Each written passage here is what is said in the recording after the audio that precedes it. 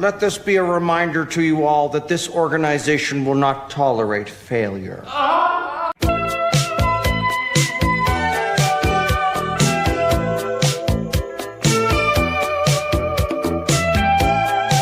The side of the federal building has been blown off, Jesse.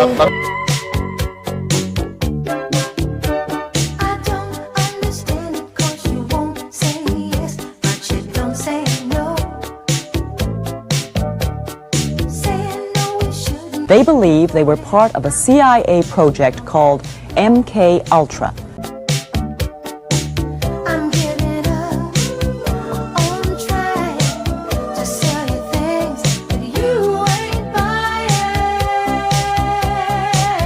Just like a segment of society that is not living in reality. In a certain sense, we're kind of a little bit more Israel's vassal state. There are police chiefs facilitating prostitution networks. Do you understand? It's all in your head. It's your move.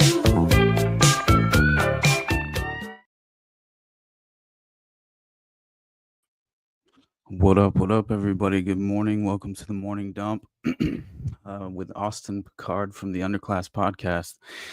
It's been like, 2 weeks since, I've seen you guys, but it feels like 2 months, honestly. And with the news cycle as it currently stands, it feels almost like 2 years, basically. But yeah, so I am finally back. I was supposed to come back on Tuesday on Already Dead and actually get the chance to have another conversation with William Ramsey. This time, they discussed the Knights of Malta, right? Which I was very much looking forward to that, obviously, due to the recent research as far as just the Pilgrim Society is concerned and how many overlapping connections there are with those significant groups of, powerful influence that clearly have kind of constructed this vast network of shadowy NGOs, this nexus of power, this, clandestine complex that is really outside of the realm of understanding for the vast majority of people, really, as far as just the masses are concerned. What's up, guys? Sorry, I didn't even see the chat because I'm so off my game right now. I basically feel like I said, it's been years since I've done this, so I was just starting to get comfortable, but now it's all good. I'm jumping back in the deep end like I usually do, but I've been missing you guys, man. Appreciate you, Abrogate D's. Let's see. Hey, say what now? What's up, brother? Good morning. Oh man, I am Fire Pixie. How you doing, brother? Yeah, so I am very much excited to get back into as far as just this never-ending cycle of what's intended to be demoralizing, I think, in more ways than one, and tends to kind of, provoke that internal, reaction in most people subconsciously. But, I hope to kind of defend against that personally as often as possible, just by kind of remaining headstrong and just consistently,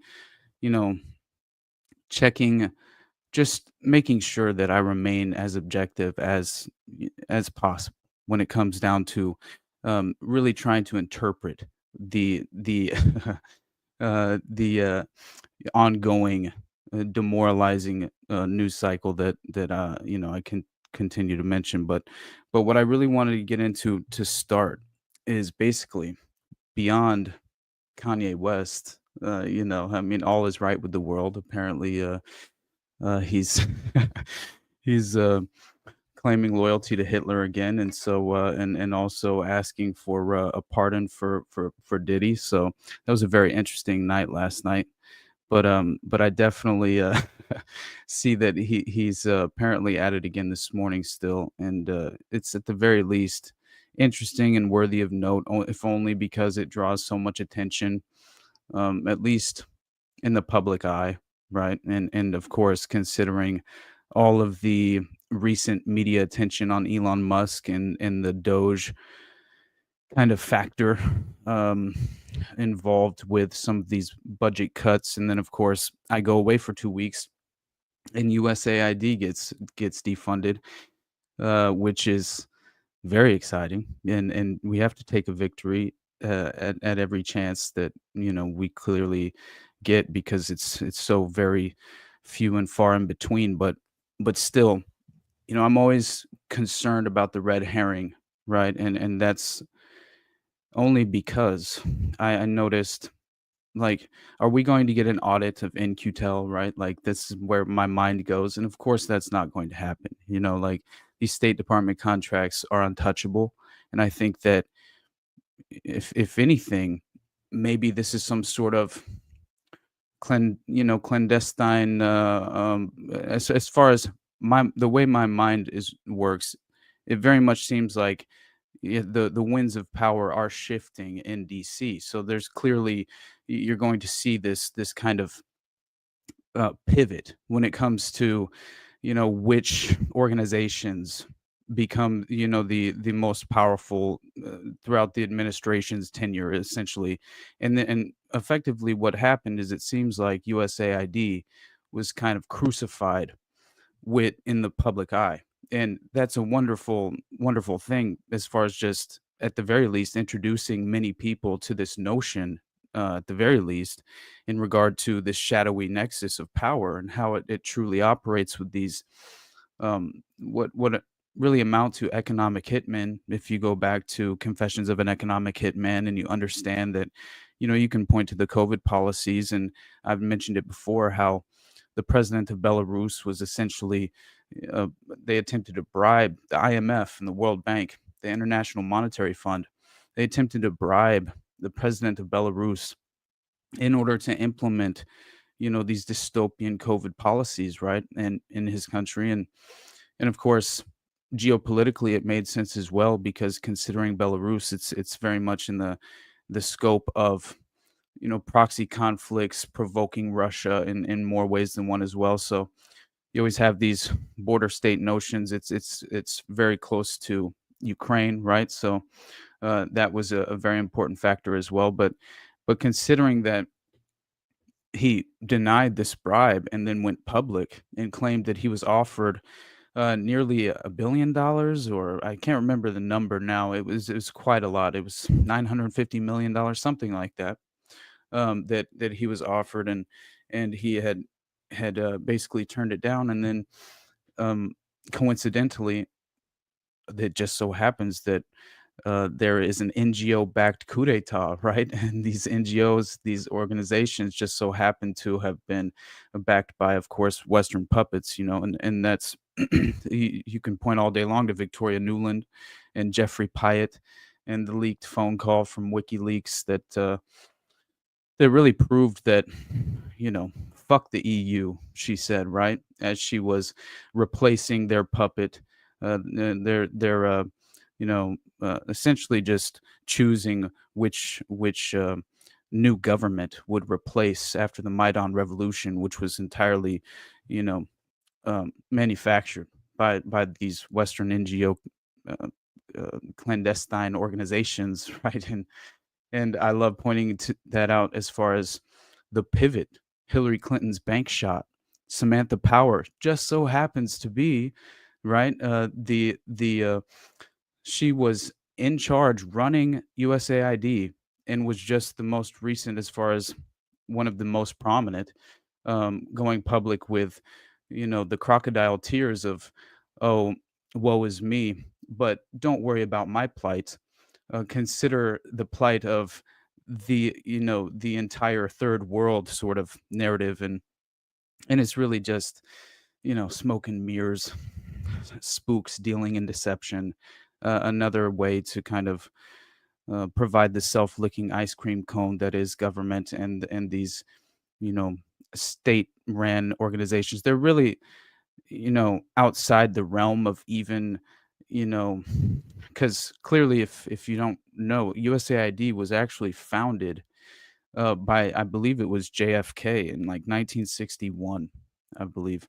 And it's an interesting thing, because essentially people are under the impression that it's Congress that chooses their budget and where the funds go. But I believe it's actually entirely up to the Secretary of State, I think, is how it was actually designed.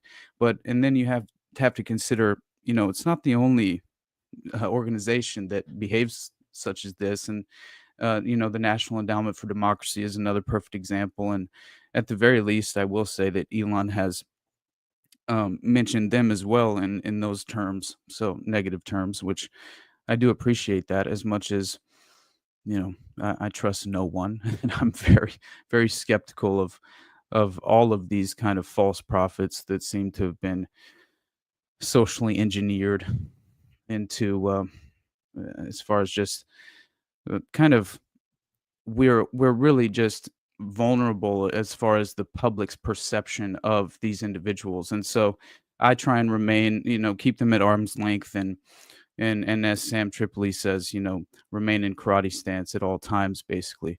And what's up, my brother PJR?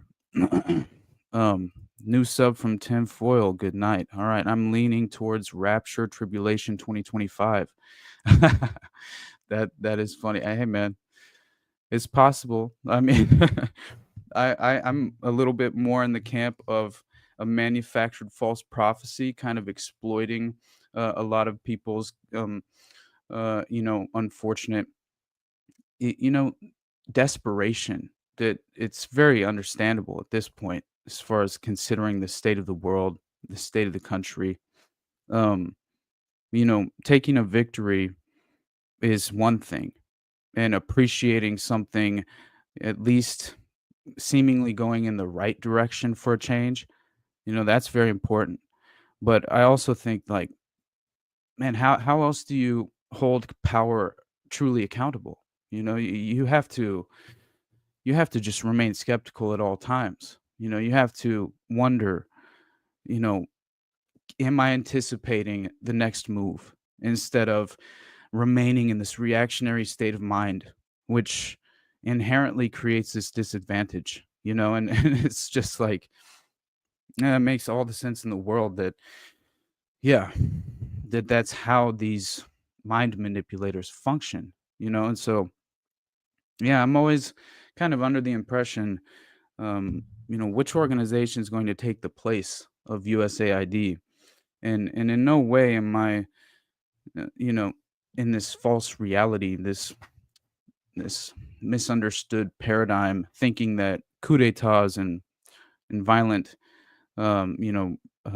regime change operations will cease to exist. Like, I just knowing Elon Musk, and specifically as an individual, knowing his past alone and his call for, um, I believe it was because, consider the public-private partnerships, along with this sort of astroturfing mechanism that's at play, and what I'm really trying to just suggest is the fact that it was, remember, the Maduro was the most recent one, right, in Venezuela, and essentially there it was an attempted regime change operation, and it was really kind of spurred by Elon Musk in the public eye, right? And so it was very interesting, and at least worth pointing out, is that even back as so far as 2020, Elon was publicly tweeting openly in support of a coup attempt in Bolivia to exploit the lithium there, right? So again, you have these rare earth minerals that strategically provide this, obviously this, um, you know, it's a personal special interest in regard to Elon Musk, and his business interests are concerned. So of course he needs, cheap lithium, right? So why would you not want to support the State Department in some sort of regime change operation to overthrow a foreign, let's say, even a dictator, even if those are the terms, as far as, I'm in no way defending Maduro, and as far as he's a communist and a Marxist, really, it seems, and so out and out communist, obviously. So, in no way am I attempting to, defend that. But at the very least, it's like, in no way have I ever supported international regime change. I'm clearly much more libertarian minded. And I don't even classify myself as a libertarian. I just think that, you have to kind of outline your fundamental core principles and in order to kind of at least not run the risk as often being deceived. And I think that once you kind of outline those principles, those core values, then it's far easier to wade through, you know, the disinformation as it presents itself on a daily basis, you know.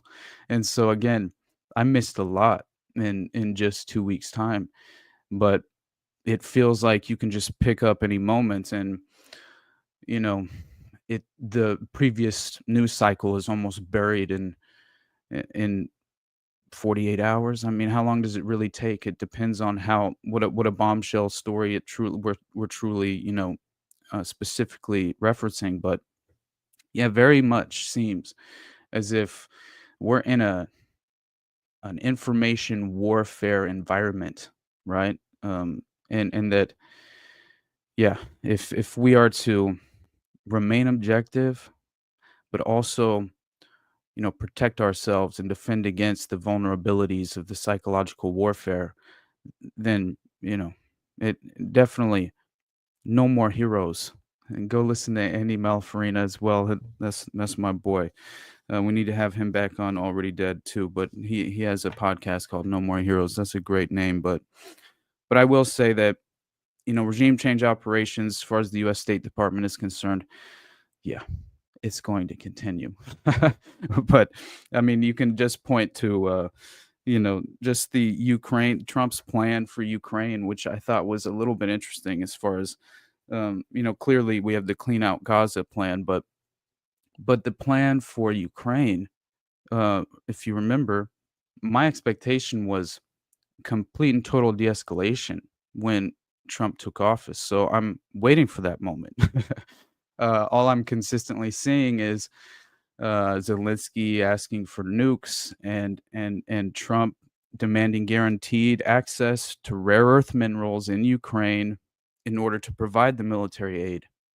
Then another $1 billion weapons deal to Israel, along with the Clean Out Gaza plan, which is just a rebranded version of ethnic cleansing, and that, you know, that was never going to change, right? And you see the billboards in Israel; they're very much prepared and ready and waiting for the Moshiach, right? And it seems like it's manifesting itself, and that's very concerning. At the very least, it's something that we need to keep our eyes open in regard to it. Anyway, I had a whole plan here. I was going to, first of all, I put in the title "Big Balls" because I thought it was the funniest thing ever, watching this kind of like frenzied hysteria take place on CNN regarding this 19-year-old DOGE staffer, apparently, who had this online moniker, Big Balls. And it goes even further than this, but it's worth watching this hilarious video. And of course, it then went a little bit viral, considering Elon tweeted about it, and he said, personally, I voted for Big Balls, and and basically posted a picture of a leftist with purple hair crying with a sign that says "No one elected Big Balls." But it is very, very funny, and at least worth an aside, just to kind of like, you know, I don't mean tend I tend to come off as a black pill occasionally, and I never want that to be the case. Like, that is never my approach, and I'm not overly concerned about it. I just want people to not misinterpret my message. And so I just think that, and I always reference this, we must finally identify and understand our common enemy. And it honestly, that alone will tend to, you know, remove us from these just very just these debates that are not at all worthwhile. In no way are they fundamentally even, um, you know, addressing the core problems at hand. And so if we are to ever have any sort of chance, and I'm not a collectivist at all in any sense of, you know, philosophically, in no way, but I do believe that if we have any chance at holding power accountable truly, you know, yeah, we can no longer fall for the delusion, the paradigm, the manufactured, political theater that is intended to manufacture consent. So that alone, always remember, manufactured consent is the ultimate goal, right? They hope to achieve this at every turn. And so, uh, let's see, what are you guys saying here? Screwed up Texas. USAID is just the tip of the iceberg. There are tens of millions of employees involved. 100%, my friend. And what's interesting is that I think even though what the White House had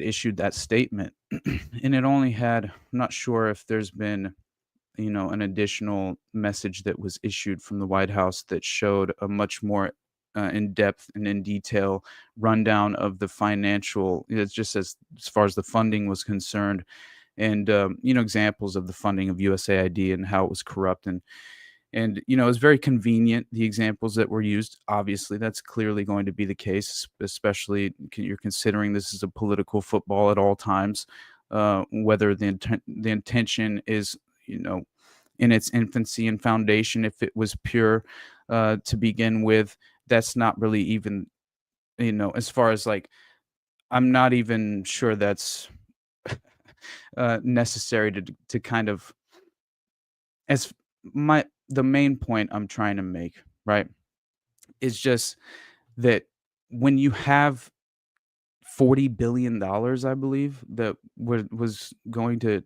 USAID, and all you show is essentially a sort of very limited audit of up to $20 million worth of corrupt funding, and none of them point to, at least directly, we're pointing to really the most violent military coup d'etat regime change operations, which again is very convenient. It seems as if it really was playing into the culture war vein of the framework, right, in itself, which again always plays into the two-party delusion and the pendulum itself and swinging, right? And so you have each side of the political aisle essentially getting what they expected, right? And what they desired in a way as well, because it's confirming all the bias.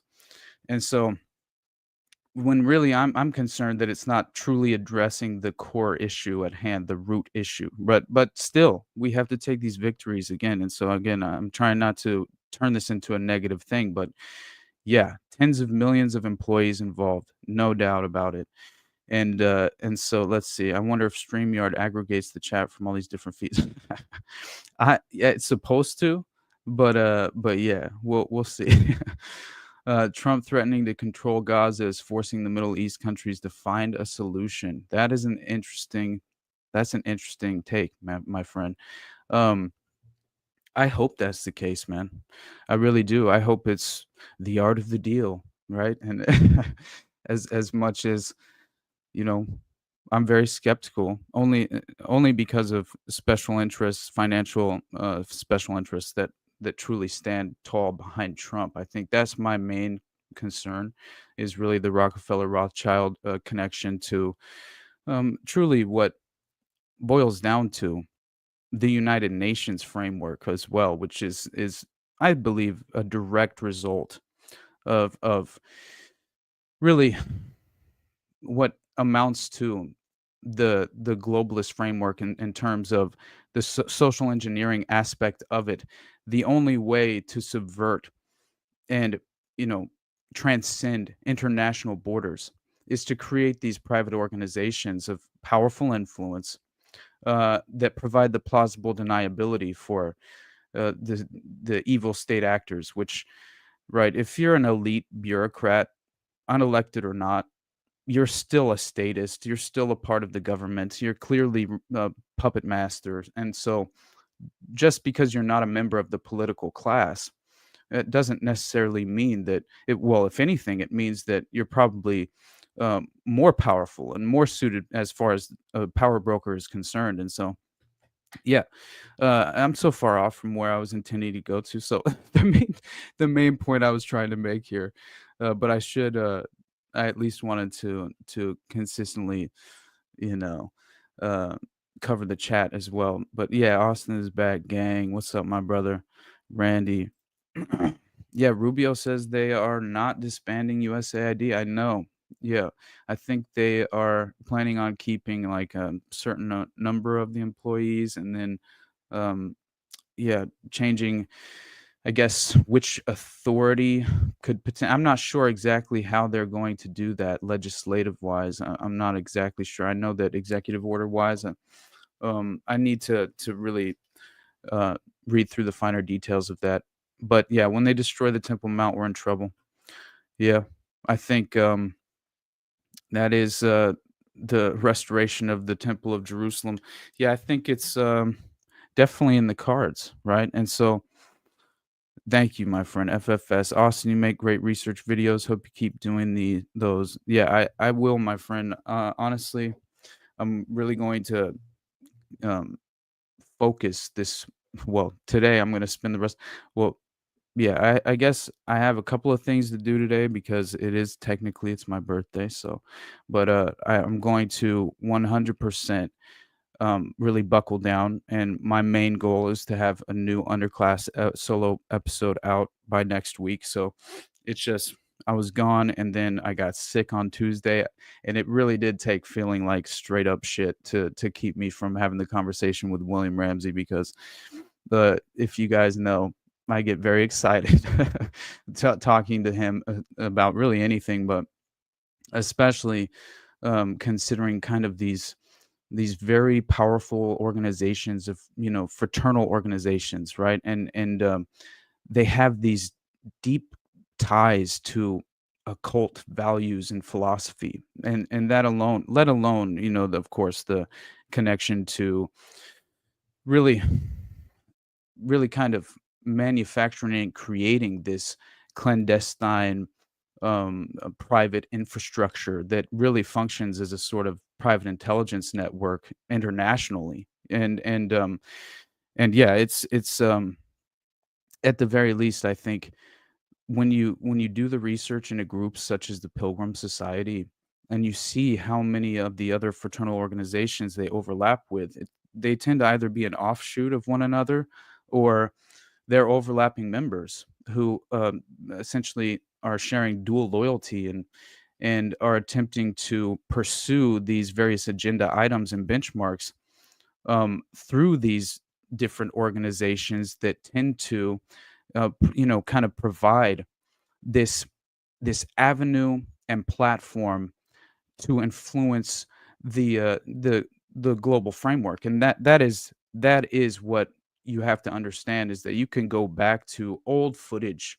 of the Pilgrim Society with the king in attendance and the royal family in attendance, with all the legislature. You're talking government representatives from all over the world are also in attendance, and it's very much kind of like, it kind of represents that sort of occult framework of blood in, blood out in many ways, right? And as far as just the covert notion, and how they essentially function as, you know the protectors and vanguards of the hidden knowledge, of the secret knowledge. And so we're left in the dark, the vast majority of us, to try and put together the pieces that are, again, we're inherently at a disadvantage at all times. But let's see here. I appreciate you, man.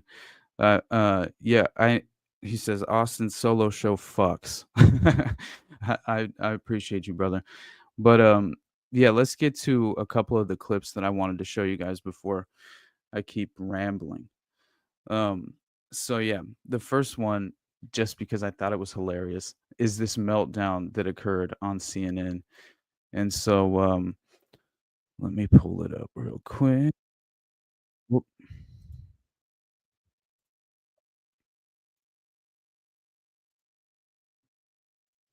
Here we go.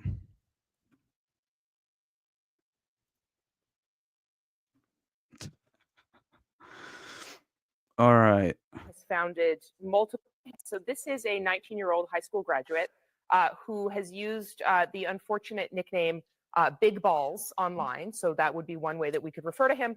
He is now working at Musk's behest inside DOGE. And we looked into his background. And so we found several notable things, Aaron, one of which is that this individual has founded multiple companies, including one with another unfortunate name, Tesla.Sexy LLC, which he established in 2021. He would have been around 16 years old. Now, this LLC controls dozens of web domains. So, Kara, you hear this and you have known Elon Musk for years. So now you look at these young men who are now in data and in the private information about maybe hundreds of millions of American citizens as young as 19, the big balls here that Katie's talking about. Most of them are in their early 20s. There's an exception I'm going to get to in a minute. I'm curious, though, Kara, how well does even Musk know these young men, do you think? I have no idea. I think there's no vetting whatsoever, as you can see, that's taking place. It took Katie and the really great team. Wired has done an astonishing job here. I could make a joke that's probably why he was hired for all this ridiculous nonsense and other nefarious things. But, there's an expression in technology. It's it's a feature, not a bug. Oh my gosh. Well, I pulled up. It's kind of hilarious because I had to. Here we go. That was the picture I was talking about that Elon quote tweeted. But someone say Chad. Look, I just thought it was the funniest thing ever as far as when I pulled up this. Let's see. The first thing that I pulled up was, I believe, a Wired article because I wanted to actually see. I pulled up a Yahoo article. I pulled up a Wired article, but I wanted to kind of see what the different framework for the reporting on this was, considering kind of the political spectrum at hand and, and the two-party delusion. And so, of course, Wired kind of takes this. Well, it's kind of interesting because you would think Wired is more of a tech journal, as far as a magazine, but still. Dude, Jose, oh my God. So he says, by the way, we're doing timestamps now, 30 minutes till first topic. You motherfucker. Yeah, well, it happens. But listening to Fire Pixie, listening to them say big balls is almost as great as when the DA had to keep saying freak offs about Diddy. It really is. It's just like we're living in very special times. But so here, I'll share this briefly because it is interesting to at least get a little bit of the background of this guy. It's very interesting sourcing, but yeah, take it for what it is. It's clearly kind of a more negative outlook and attempt to, dismiss big balls, man. But anyway, so Wired says, hey, man, I appreciate you, dendritic fractals. He would rather not be rushed, Jose. So let's see here. Can you guys hear me well? I just got some weird click. I think I'm good. Yeah, here we go. No, thanks. Okay, cool. So Doge teen owns Tesla.Sexy LLC and worked at startup that has hired convicted hackers. So I appreciate you, Pirate of the Orwellian. Good to see you, my brother. So experts question whether Edward Korstein, I'm not sure how it's pronounced, but a Doge staffer who has gone by Big Balls online would pass the background check typically required for access to sensitive U.S. government systems. So this is the primary concern of this entire article, is how could this guy, with considering all of what we know about his personal background individually, how would big dude, how would Big Balls pass this security clearance, right? So a young technologist known online as Big Balls, who works for Elon Musk's so-called Department of Government Efficiency, DOGE. I love that. So instantly the framework. Elon Musk's so-called Department of Government Efficiency is very obvious where they stand, has access to sensitive U.S. government systems, but his professional and online history call into question whether he would pass the background check typically required to obtain security clearances. So, and again, security experts tell Wired, and only a couple people are named as sources. The vast majority, again, it's a product of Modern Mockingbird, right? Or really just, yeah. I mean, Modern Mockingbird. It's the overall deception of, well, the manipulation of the free press, and then of course the deliberate deception of the public perception. But still, right? It's the mere fact.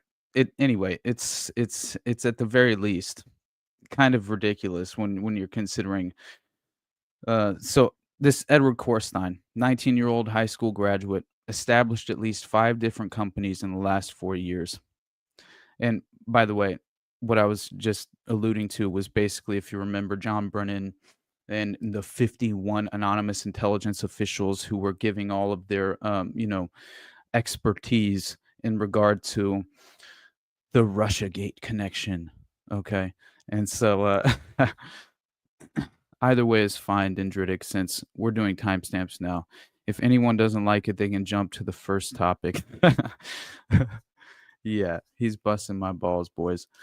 So, mainly, I think the point is that they will clearly kind of, you know, flex and trigger any of these media operatives, media assets, Mockingbird assets in the media at any point in time they want to influence public opinion, right? So I'm not at all shocked that, of course, you have more anonymous sources providing a kind of, disingenuous framework for the perception of this story.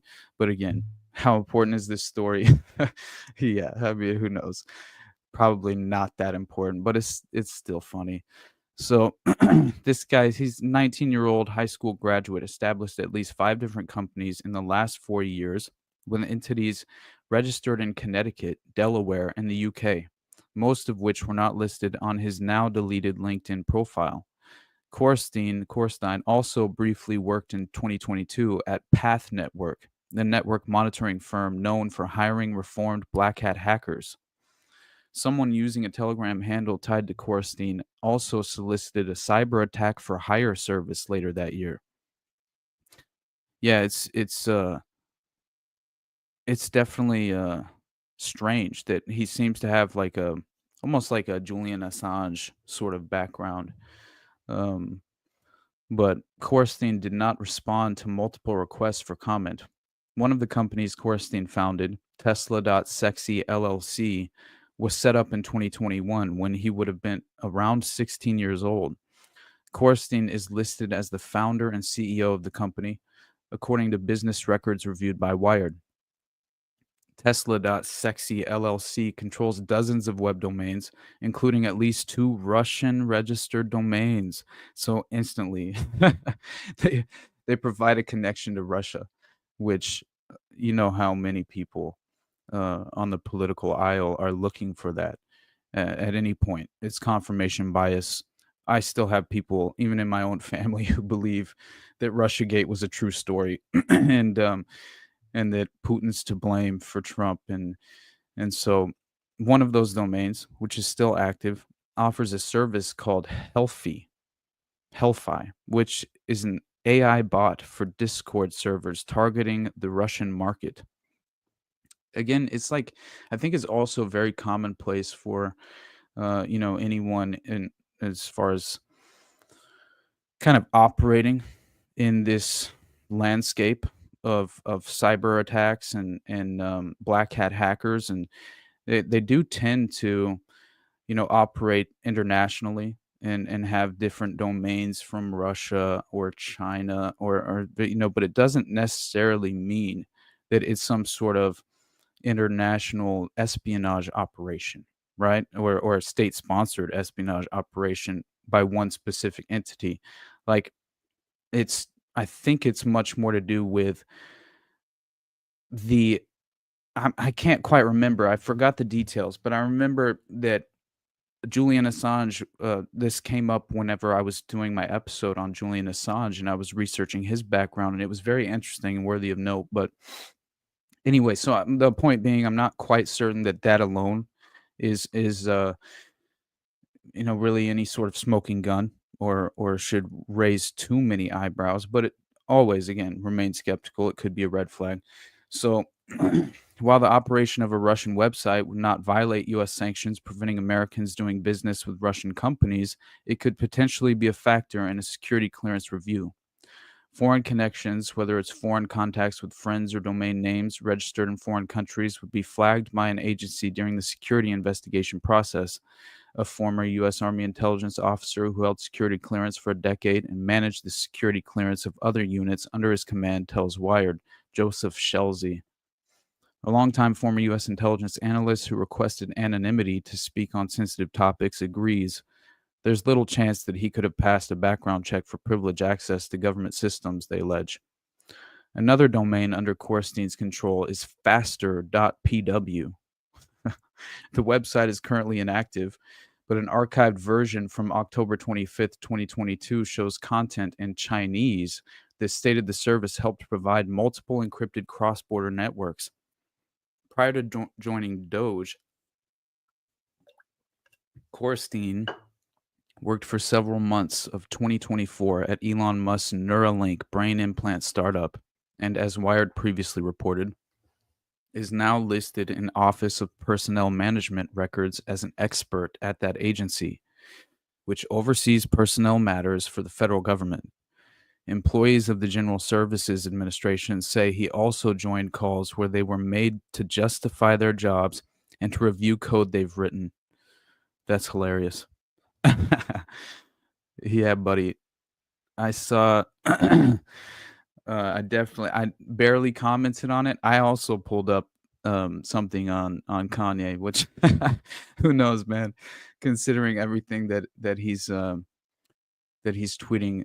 I don't know if he's tweeted anything new. I would imagine he has, because it very much seems like he was on one. And I think basically the first thing I saw this morning after he went on his rampage last night asking Trump to free Puff that was that he loves Hitler.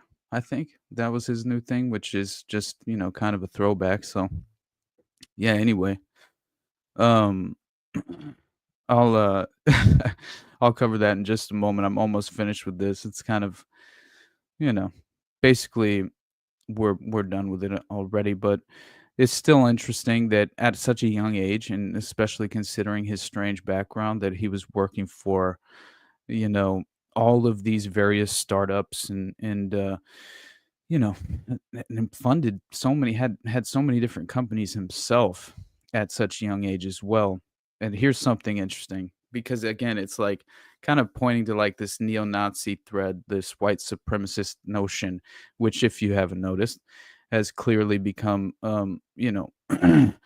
again, very much it's been given the spotlight in the media, as far as kind of the more partisan perspective coming from the left, right, is very much um kind of DEI versus Trump's a racist, right? And so to boil it down into simple terms, but still, you're getting this kind of again, it's confirmation bias on each side, because this is an expectation on both sides of the aisle. And so at Path Network, which was one of the companies this Korstein kid was running, or what worked as he was working at Path Network. He's worked as a systems engineer from April to June of 2022.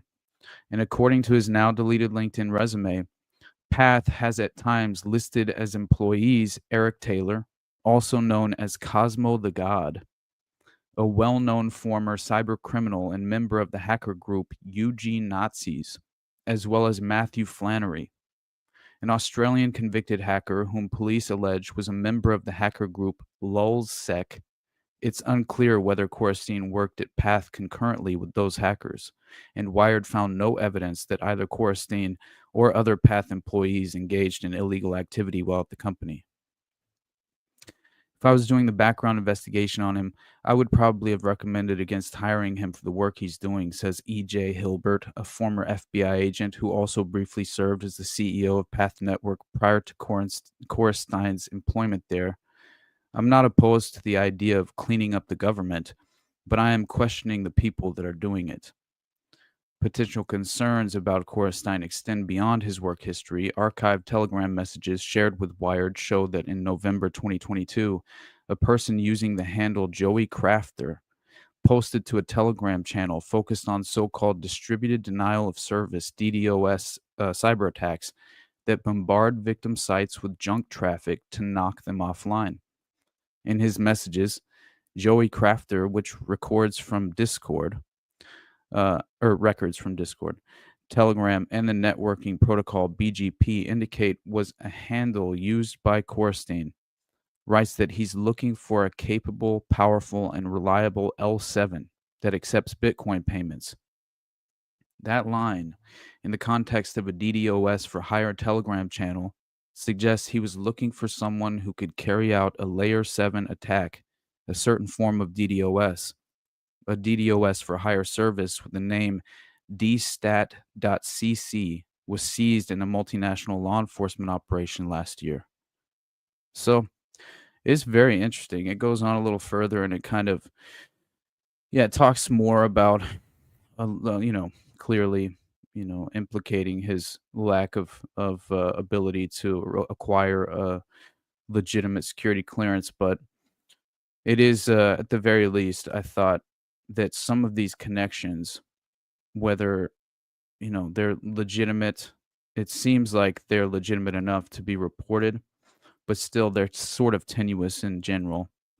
But anyway, so apparently, Big Balls, he disappeared recently, and also previously used an account on X with the username Edward Big Baller. The account had a bio that read technology, arsenal, Golden State Warriors, space travel. Prior to using the Edward Big Baller username, Korstein was linked to an account featuring the screen name Stephen French, featuring a picture of what appears to be Humpty Dumpty smoking a cigar. In multiple posts, I wonder if that is symbolic of anything. In multiple posts from 2020 and 2021, the account can be seen responding to posts from Musk. Korstein's X account is currently set to private. A longtime security operations and compliance manager, Davey Ottenheimer, says many factors about Korstein's employment history and online footprint could raise questions about his security clearance. Limited real work experience is a risk. As an example, plus his handle is literally Big Balls. That's oh man, that's how they end this article. So there you go. You get a little background on our boy Big Balls. And, in the meanwhile, we, of course, have many more, far more pressing matters at hand, such as, which, by the way, I forgot about this connection, but it was like basically almost 2 years ago now. Yeah, it's almost 2 years ago now that this article came out, but it's very interesting because it was off the, it was really kind of, as far as the framework itself, it caught my eye because, again, if you recall the episode I did on the Pulse nightclub shooting, it's kind of interesting to say the least that there is this reported CIA Mossad linked surveillance system that has been installed throughout the U.S. and has sort of for at least the past few years after 2016 specifically. And apparently it's, under the guise of stopping mass shootings, this surveillance system backed by top Mossad, CIA, and FBI officials was being installed in schools, houses of worship, and other civilian locations throughout the country. And a lot of it, thanks to apparent recent donations from anonymous philanthropists which is always concerning. And considering, what was it, 27 million to the prosecution fund for George Soros or something like that, wasn't it? And far more than that, as far as Soros and his special interests were concerned, for USAID funding. But what is very interesting, though, is that it was this surveillance system. It was launched in 2016 as a response to a Tel Aviv shooting.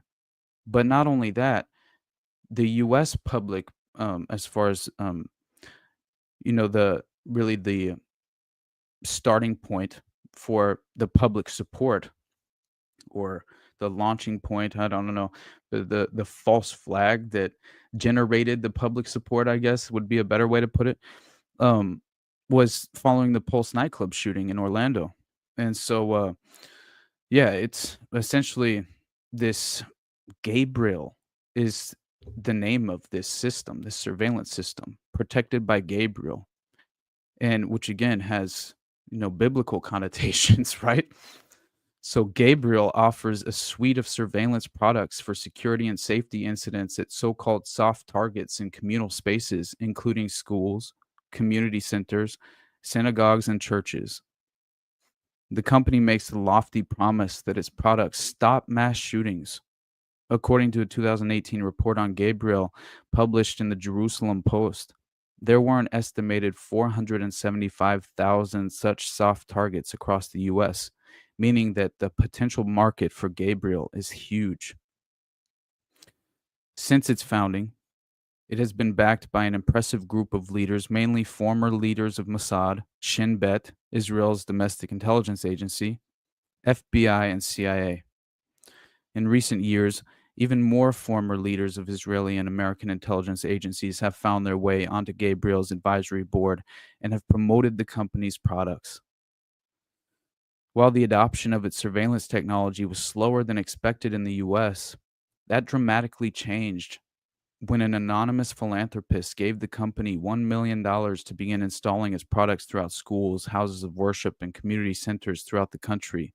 That same philanthropist has promised to recruit others to match his donation, with the ultimate goal of installing Gabriel's system in every single synagogue, school, and campus community in the country. With this CIA, FBI, and Mossad-backed system now being installed throughout the U.S. for free, it is worth taking a critical look at Gabriel and its products, particularly the company's future vision for its surveillance system. Perhaps unsurprisingly, much of the company's future vision coincides with the vision of the intelligence agencies backing it: pre-crime, robotic policing, and biometric surveillance. So there we go, right? The tiptoe to the totalitarian technocratic state is upon us, right? And it's much worse than that. I mean, how many other things can we point to? We have, right, as far as just, you can go into the teal-linked HHS nominee that threatens, what is it? MAHA? I don't even know how they pronounce the MAGA version of Make America Healthy Again, because I haven't really heard it actually pronounced. But yeah, it turns out that, of course, you have special interests entirely involved in the biotech industry, as far as threatening this new age health system. That, again, it kind of it really caused me to kind of reconsider what I was thinking was the case in regard to this kind of new push for what, in my mind, it seems like you have this natural reaction to what happened with the COVID, right? And so you have this natural distrust that has clearly stemmed from the COVID dystopian policies, and also the vaccine itself, and any fallout and consequences of that. So you have this natural distrust that has kind of risen around. Obviously, that it's just a natural consequence. But here's what I find interesting, because I heard RFK Jr. And I saw this put in the terms of, kind of like, you know, this is a rebranding to really generate trust back into the vaccine industry. So I'm not entirely certain how much, other than, um, again, don't get me wrong. I think it's very important. Oh, you want to know the teal linked HHS nominee? I got you, buddy. Yeah. So he is the appointee, but it's more than that, right? Because this is the deputy, I believe, associate. So biotech investor Peter Thiel associate Jim O'Neill is poised to usher in a deregulatory paradigm that would allow a proliferation of dubious products on the U.S. market under the guise of innovation and efficiency. So it was Jim O'Neill, who was uh, basically the nominee for Deputy Secretary of Health and Human Services, who was announced by Trump last November. And he would work under RFK Jr. So Trump's pick for HHS secretary upon confirmation. So there you go. As deputy secretary, O'Neill would essentially function as the chief operating officer of the department, overseeing the day-to-day operations of all sub-agencies, as well as leading public health emergency preparedness, i.e. the government's policy responses to bioterror events, pandemics, etc. In addition, I got you, buddy. In addition, O'Neill would oversee the development and clearance of HHS regulations and ostensibly be the main implementer of the Make America Healthy Again policy agenda. So, yeah, that's his business connections, both past and present, as well as his previous statements on public health policy, strongly suggest that he is not only unlikely to implement the policies that MAHA, I don't fucking know how to pronounce this, Make America Healthy Again centric voters are expecting, but that he may in fact pursue an agenda that stands in direct conflict with the main tenets of the Make America Healthy Again movement. Specifically, he advocates reforming the FDA to deregulate and accelerate the pathway from drug development to legalization. This would notably aid the biotech industry, which has long struggled to get its products approved outside of an emergency-based regulatory paradigm. Damn. So that does seem like a sort of limited hangout. But, again, it's like, I'm not saying that each and every individual involved in the administration is a bad faith actor, evil actor. I don't know. I can't really pass judgment as often as I would like to in regard to Austin getting off topic and rambling. I've never heard of such a thing. How dare you guys, man. But yeah, I just again, it's very hard to judge as far as I'm concerned. It's hard to say in any certain terms who is a evil actor.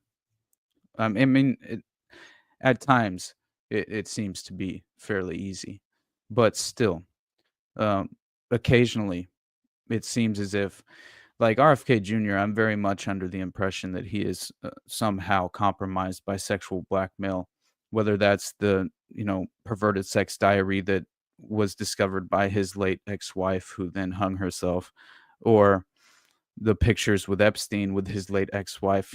Right. And yeah, those connections alone, sorry, it's just, I don't believe in coincidences at that level. And then how can you be so wonderful at your diagnosis of the root causes of the Ukrainian conflict and proxy war, and then turn around and have the worst take on Gaza and Israel that you could ever imagine? And that it in itself is kind of a smoking gun almost for me. It could be ideologically driven, but it's just so difficult to really believe that to be the case. So RFK Jr.'s cabinet position is professor of the dark arts. 100%, buddy. 100%, brother. But yeah, so let's listen to are they going to just use Robert Kennedy Jr.? Are they just going to use RFK Jr. to rebrand vaccines and bring in, like, because really consider the fact as well that, you know, it was, I mean, the whole notion of anti-vax, that was really much more of a left-wing ideological perspective for a long time. It seemed like it was much more coming from, mothers who have dealt with, early signs of autism after the childhood scheduled shots, and they seem to all follow this direct and clear, uh, as far as just they all seem to share the exact same symptoms, very similar in the time frame as well, as far as when the symptoms begin to develop, and it's all right after the initial scheduled shots for your infant child. So it's yeah, it's very disturbing. But that was one of the things that I admired most about RFK Jr. was that his background on, really listening to some of those mothers who approached him with true documentation, proving that there is a causal link between, the childhood scheduled vaccines and oh, I guess I should be careful.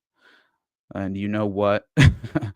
um, yeah, it's very. I think we've had whistleblowers come out and they have, you know made the case that this is proven and known and understood, to have these direct and extraordinary tragic consequences. But yeah, it anyway, the point being, I very much appreciated what RFK Jr. did, at the very least exposing many people to this real honest line of investigation that we all should really attempt to, pin down for ourselves and understand at a more comprehensive level. But beyond that, the book on Fauci, I bought it, I read it, I loved it. I thought, the exposure that he gave to really what seems to have been one of the most corrupt, as far as HIV, right? HIV is like, oh my God, I was reading Dr. Mary's Monkeys, and I didn't realize David Ferry was apparently involved with potential potentially uh exposing the entire world to HIV. I mean, from a Louisiana covert laboratory, clandestine laboratory, that I don't know if they were Operation Paperclip doctors or what. I'm going to finish the book and really kind of go back over some of the details. But I was just sitting there, and I was not at all surprised, because I always heard the stories of where HIV originated from. But man, it it just it's one of those things that, man, once you understand what the government is capable of, you you no longer are as shocked and in awe when you stumble across some of these connections that really kind of, if anything, seem to reconfirm. And again, it is confirmation bias in a sort of way, but it's also corroborating evidence in certain ways as well. So you have to at least acknowledge these lines of investigation, and so yeah, it makes sense. Ferry was basically HIV in human form. Jose said 100%, dude. Look at a picture of David Ferry. That is just yeah. There that is a very extraordinary individual that has lived on this planet. I'll tell you that. All right, so let me show you what I'm thinking as far as an example here.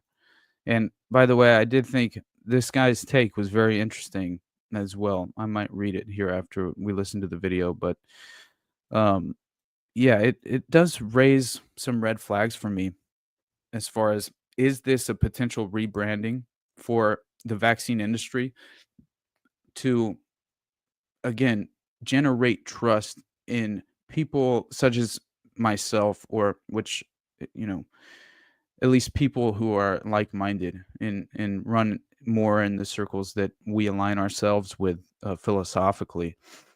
Would it have an effect on them? Would they be more likely to potentially trust a vaccine, depending on, the political?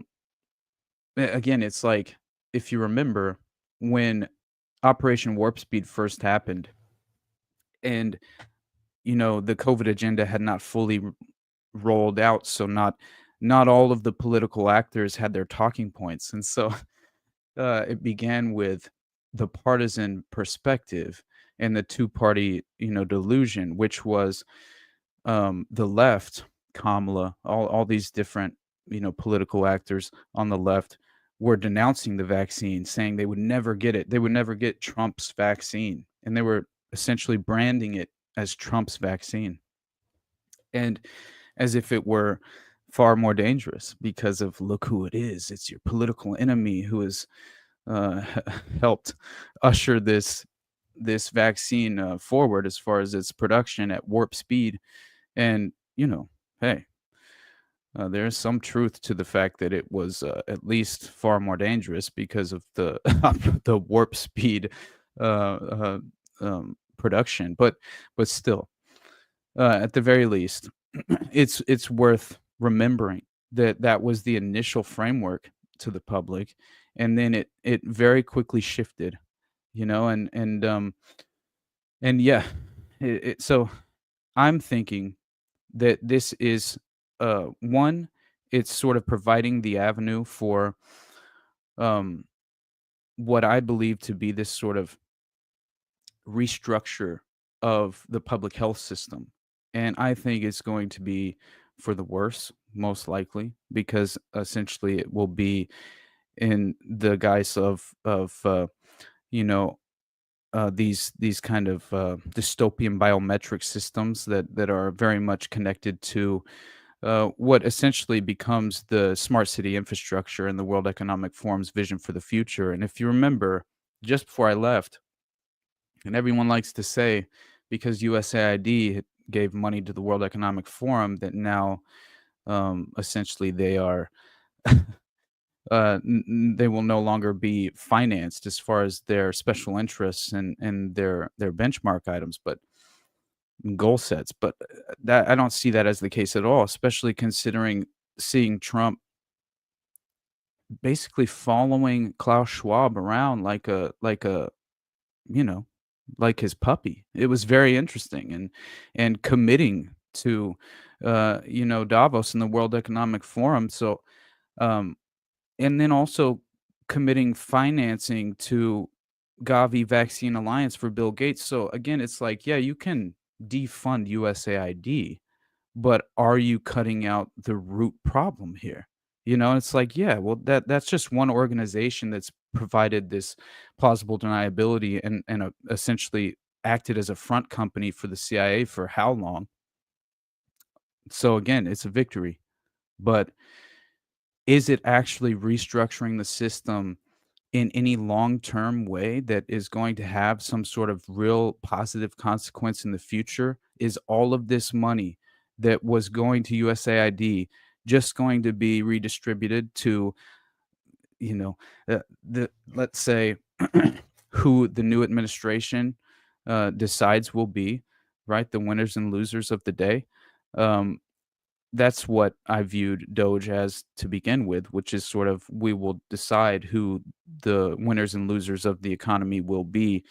But yeah, as far as, again, it's individually, I blame the bureaucrats far more than I blame, political actors. But still, these things are just kind of, they've been really kind of eating away at my mind. So I felt as if it's worthwhile kind of just having that conversation. But anyway, so listen to RFK Jr. and tell me if this doesn't sound strange.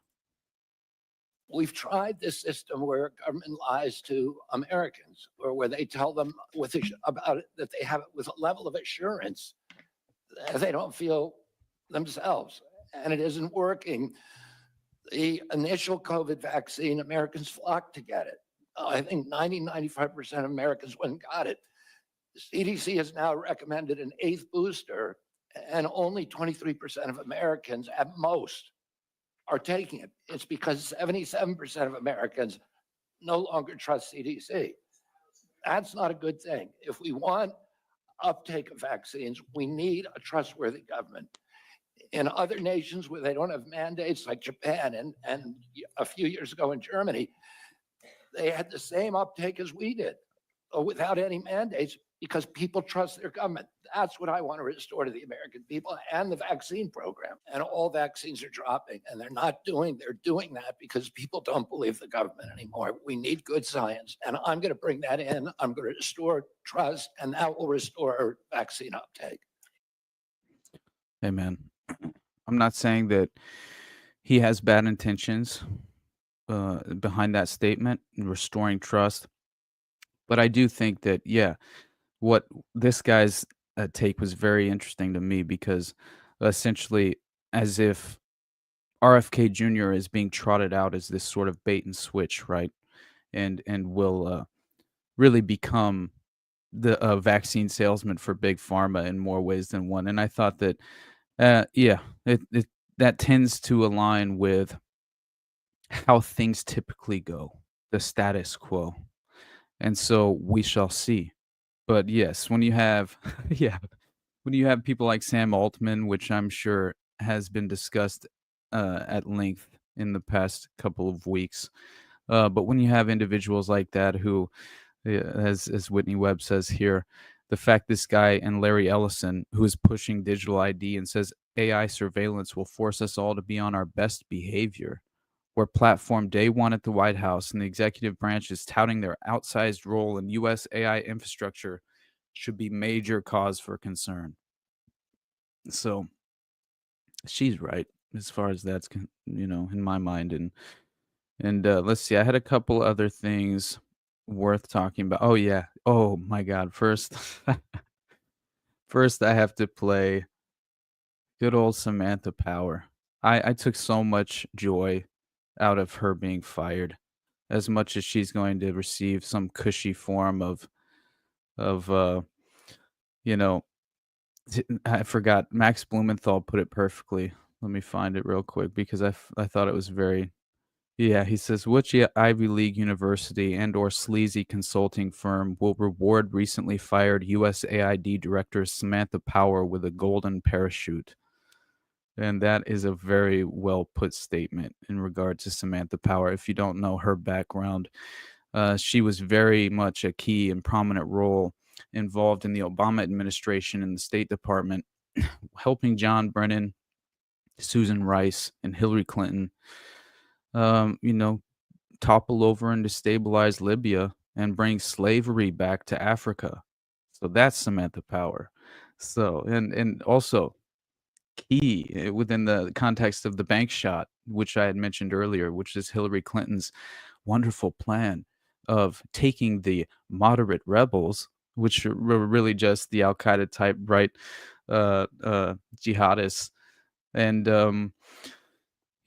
we'll use them as a proxy force to overthrow Gaddafi in Libya, and then we'll send them as a bank shot from Libya into Syria, and we'll finally take out Bashar al-Assad, which, what do you know, just happened recently, not too long ago, and leading up to that terrible tragedy, which any regime change operation, in my mind, unless, as far as, if it's a naturally occurring revolution by the people, that's one thing,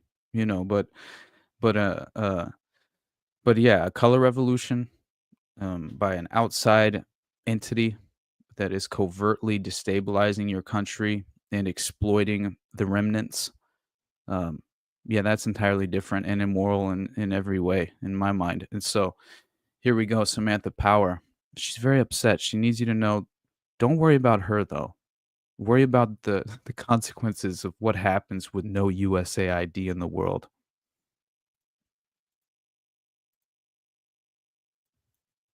Well, you can imagine when you suddenly in your inbox find a termination notice or a leave of absence notice that you didn't expect to get on a flawed predicate that you're doing radical leftist insubordination. It's pretty jarring. And because there's so many lies and falsehoods circulating, and so many claims that people are sort of not with the program, I think people are just completely dislocated. There's no stable ground on which to walk. And then, of course, most of them have been laid off, so they're worried about how they're going to pay the bills and how they're going to make rent. But maybe the part that is the most striking and for me inspiring, if not surprising, having worked there for 4 years, is that, you know, the people who work at USAID did not come to work at USAID for the money. The civil servants, the foreign servants, the contractors, they came to USAID because they wanted to make a difference in the world, because they saw America's interests as tied up with the interests of people, vulnerable people around the world. And so even as they're struggling to figure out how to make rent, all of a sudden, they're most struggling with the fear that so many millions of people who relied on us as a country, on USAID as an agency, but on them as individuals, that those individuals out in the world have no place to turn. And indeed, they're showing up and finding health clinics shuttered and soup kitchens closed and advisors who were helping governments renegotiate debt with China. Those advisors, now taken off the books. So just the wreckage in the world is what the USAID staff that I'm in touch with are carrying with them. That's what's keeping them up at night, as much as the question of what am I going to do tomorrow, and how do I take care of my family? Oh, poor Samantha Power. That is so funny. Oh man, City Break Dancer, man, my brother. I appreciate you so much. Thank you for saying that. You said glad to have you back, Austin. Yeah, so hey man, we gotta take a victory when we can, right? And her demise at any point in time, which of course, unfortunately, I believe she will be back in a big way. They typically never outlast their influence in these circles, especially considering, you know, she has very interesting special interest ties, as they all do. Victoria Nuland as well. Their husbands are just deeply tied in. I believe her husband is essentially a George Soros type. I forget his name now, but he's always at the top of the list. And then Victoria Nuland's husband was a part of the Project for a New American Century and was calling for a new Pearl Harbor right before 9/11. So these are the people running our foreign policy for decades. And so I'm under no false impression that the foreign policy manipulators and the lizard people like Victoria Nuland and Samantha Power will unfortunately be given some sort of very lucrative job, and I'm sure it will have some consequential influence and impact on the world stage. But here is Samantha Power once again openly discussing. This is hilarious because this is her openly discussing USAID funded regime change attempt in Hungary, which is a color revolution meant to overthrow and oust Viktor Orban. And listen to this. As USAID administrator, I have the chance to travel all around the world to engage with people who are working every day to strengthen democratic institutions, to build independent media, and to promote and protect human rights. I'm here in Hungary, one of the countries in Central Europe where USAID has recently relaunched programming to tackle just these challenges. I'm going to spend the next couple days engaging with Hungarians about their vision for a brighter future. As USAID administrator, we all know how that turned out. It's just so crazy to me that, people are just now figuring out the role. I mean, again, this is a victory as far as at least people are figuring out the role of these NGOs, this sort of shadowy nexus, and how these private organizations really infiltrate and cross international borders and kind of leverage that plausible deniability to their own benefit at all times. And they're vastly, I would say, oversaturated, these NGOs, with directly with intelligence agents, not only assets but operatives, and that's been proven. So uh, it's like it doesn't stop with color revolutions.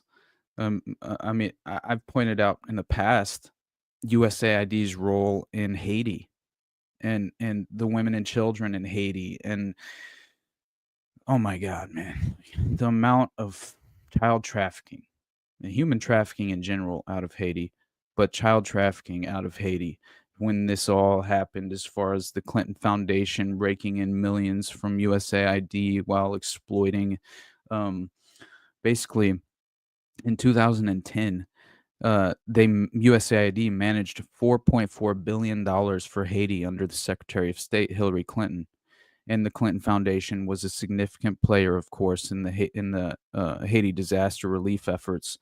And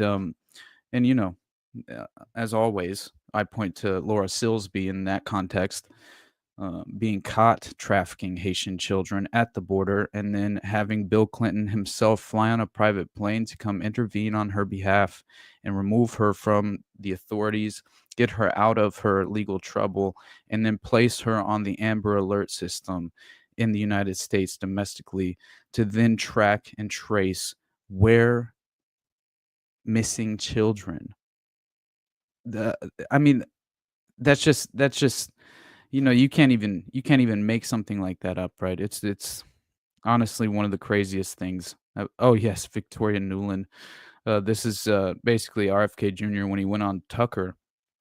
It was a good moment, as far as a basic brief rundown for any beginner who has yet to understand the role of NGOs such as USAID. This is great as far as I'm concerned, when you're introducing people to the idea that this is how our foreign policy is truly plays out on the world stage. Is that it's not at all about public legislation. It's not at all about what Congress no, not at any level. This is all cloak and dagger, smoke and mirrors. This We are living in not only is it psyop season, spook season. I mean, we are legitimately surrounded by intelligence operatives who are deliberately managing our perspective and how we interpret reality itself. And that I'm beginning to realize at what a deep level we've all been affected by this facade,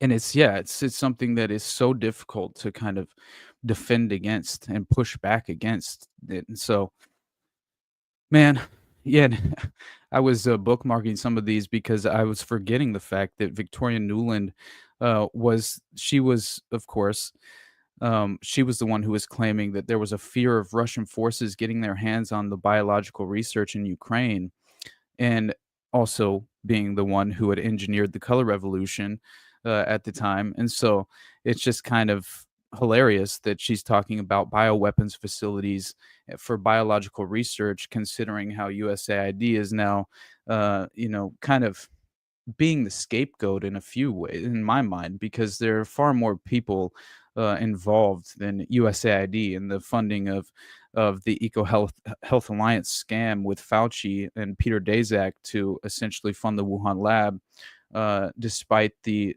domestic illegalities involved with what Obama had recently passed as far as gain of function research being domestically pursued in the US.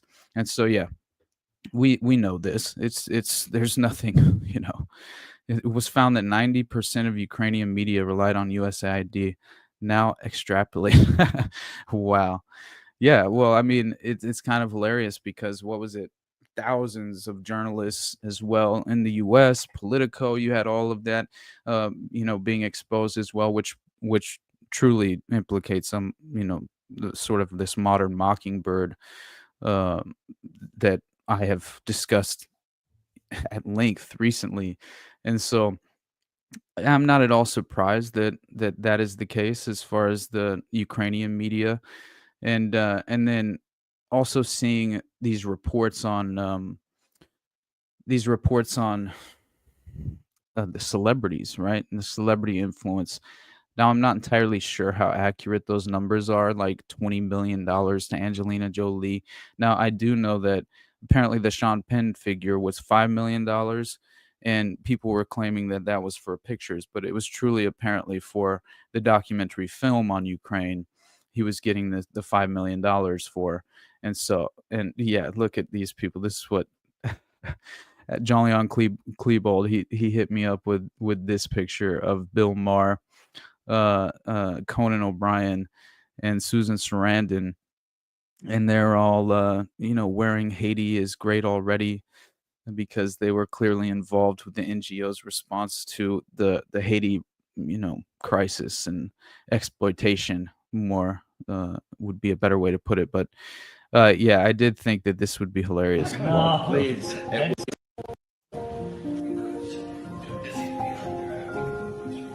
This is for you. Oh, Sean. Yes. No, Please. that is yours. No, I feel terrible outside. It's just a symbolic, silly thing. Yes, but if I know this is here with you, then I'll feel better and stronger for the fight. So great to honor, but until we will.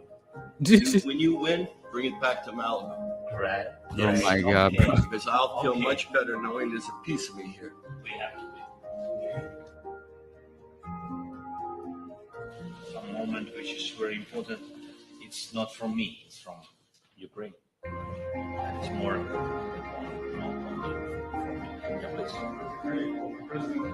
What a heartfelt moment here.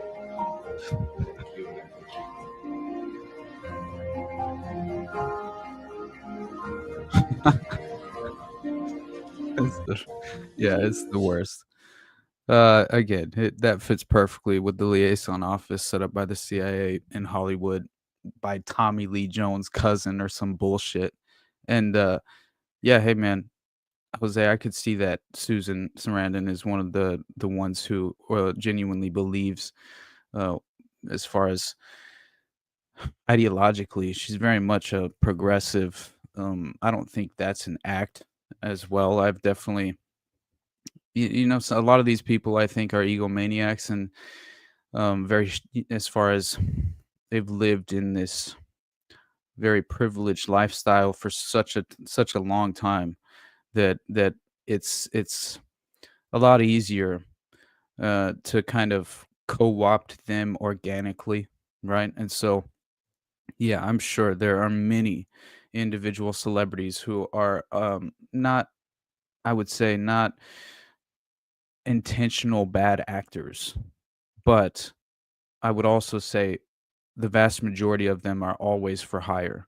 And so who knows how much you can truly, just, I'm always attempting to dissect and interpret whether, yes, she does seem a little more gullible, but yeah, it does seem like her intentions are a bit more authentic, I think, than some of these actors. It's so clear and obvious that, I mean, when I saw Sean Penn back when this was happening, it was so obviously a political stunt, right? And same with Angelina Jolie, has been on the short list of the United Nations NGOs, kind of pursuing a lot. Basically, I think a lot of it is clearly to attempt to, warm relations in the public's perspective, as far as in America, because of and I understand that internationally,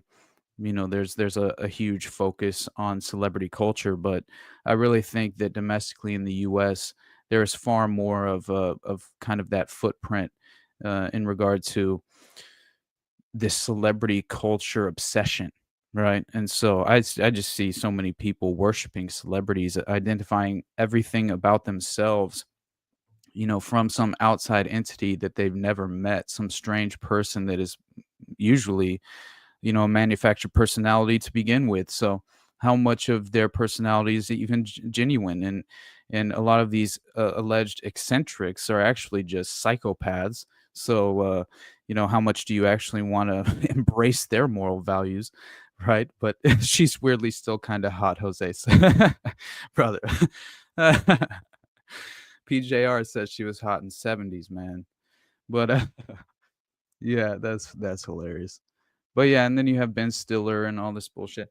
I had one other thing I really wanted to talk about, but I'll finish up this USAID thing, and then I'll get into this one last thing that I'll finish the show with.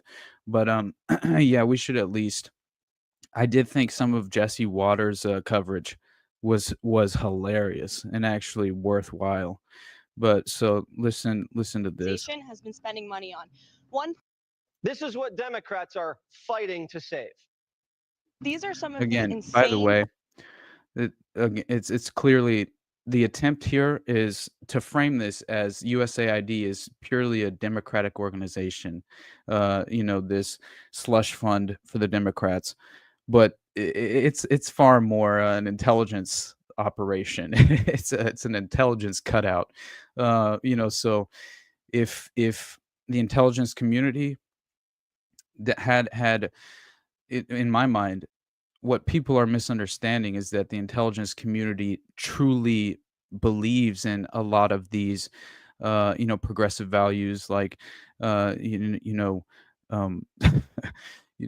say the transgender agenda or whatever the case is, but DEI, right? But in reality, it seems like it's far more of a destabilization tactic, and it's far more of a plausible tool to manipulate the public into fervor, where we are unable to even agree on the most fundamental basic facts of life. And so when we are in that state of mind where we can't even have a conversation, where it lingers and drifts into those areas of interest and conversation, because everyone's so waiting and ready to be offended or trigger some sort of, just say, visceral reaction ideologically within you, wherever you stand. So myself, I know my audience typically, and I attempt to kind of frame it for whoever I am discussing these issues with, but at the same time you can't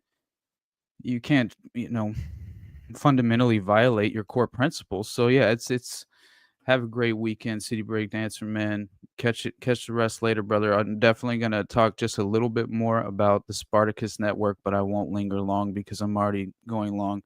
I rambled way too much about random shit. So anyway, that's the framework here, though, is that USAID is strictly this leftist organization.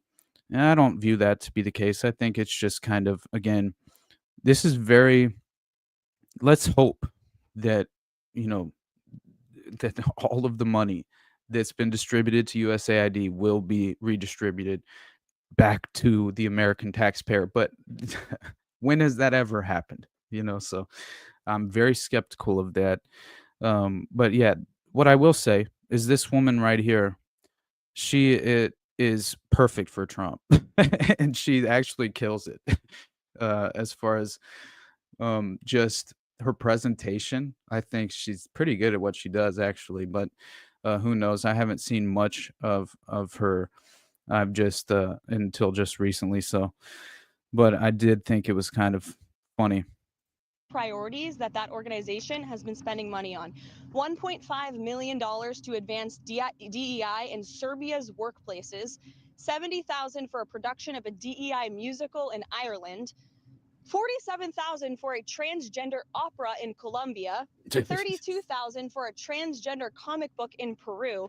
I don't know about you, but as an American taxpayer, I don't want my dollars going towards this crap, and I know the American people don't either, and that's exactly what Elon Musk has been tasked by President Trump to do, to get the fraud, waste, and abuse out of our federal government.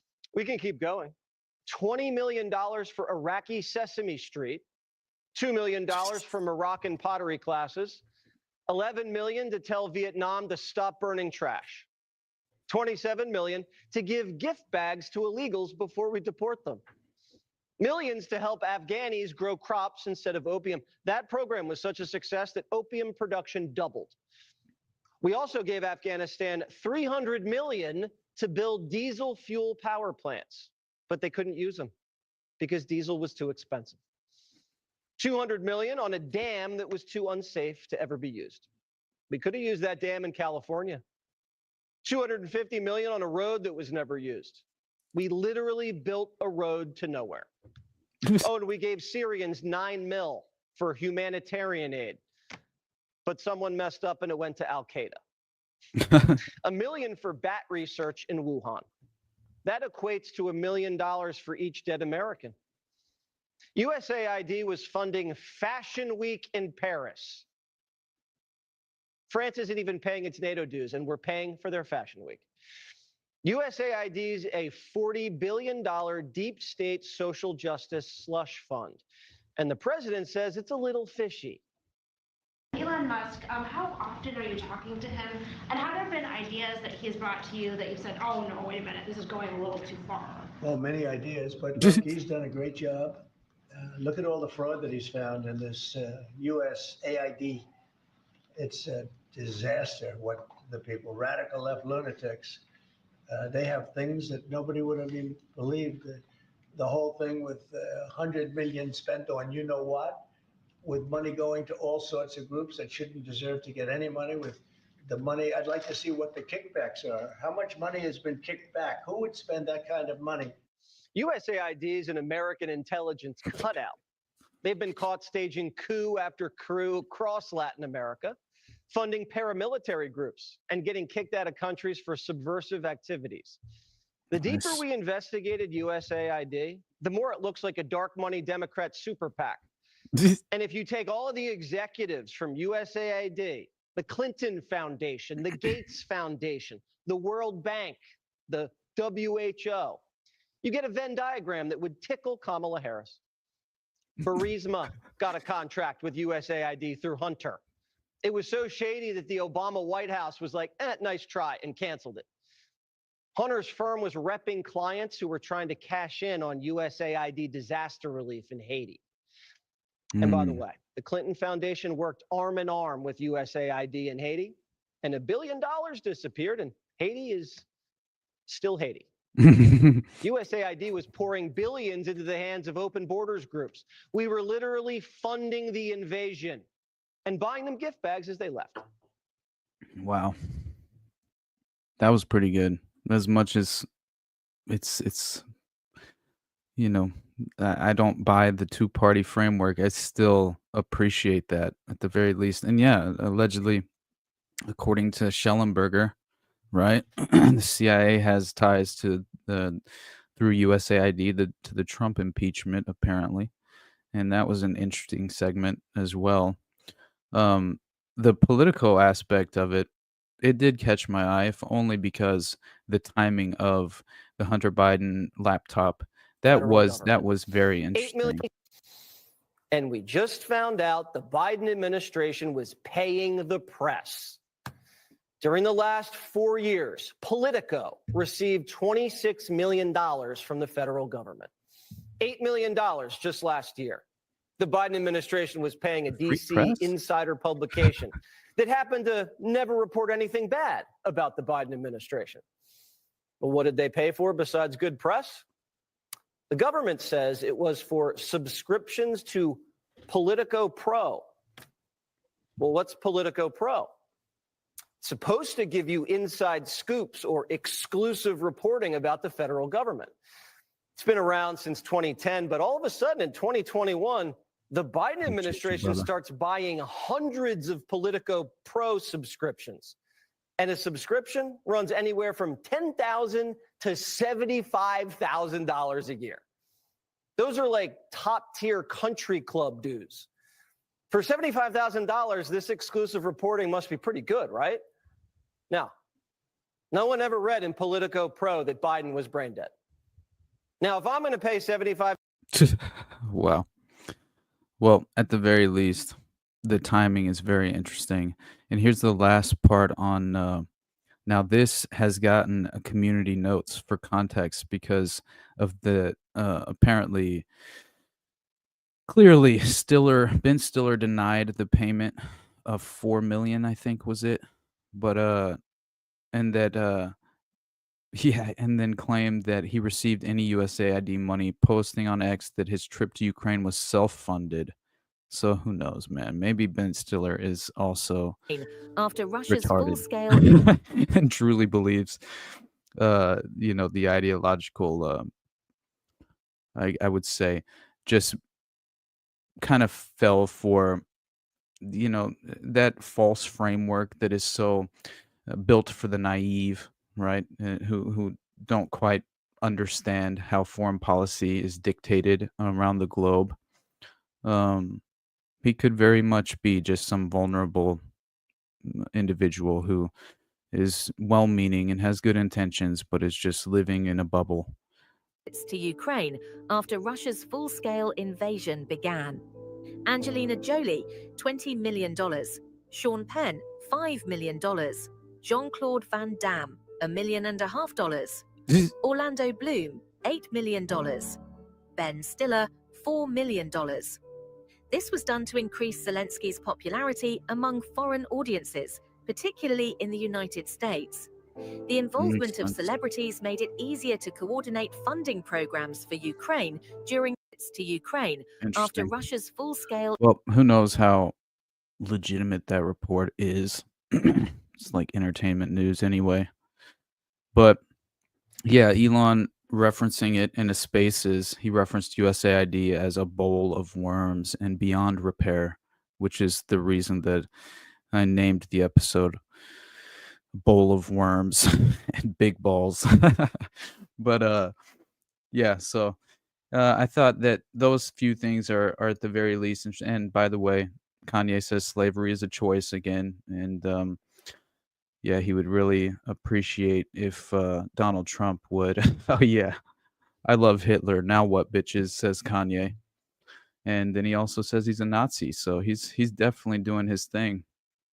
But yeah, it turns out, we really shouldn't be all that surprised at this point when it comes to the role of USAID. And so, I mean, it's been a cutout for the CIA and CIA activity. And so, I mean, Global Research has a whole article on basically the short list of USAID subversion operations that would be worth looking through. But there are so many different things you can point to: the black money and in the false flags conducted in Syria for the militant takeover for Jelani, and which has officially happened. I mean, it was successful. It was achieved. And then, a couple days ago, William Ramsey even posted online on Twitter. I think he posted a Revolver article about how USAID was used by the deep state to oust Bolsonaro from Brazil. So, how many different examples do we need? Haiti's forgotten women and children. This was a Truth Dig article I thought very worthwhile, if only to remind ourselves, one, it's not only USAID, but two, this is the NGO complex, the powerful nexus that is out of sight, and beyond the veil. And so when you consider, of course, these natural disasters, such as the 2010 Haiti earthquake, that, of course, destroyed Haitian lives and essentially made, Haitians just exploitated, targets, really, for the humanitarian market, is how they put it, right? But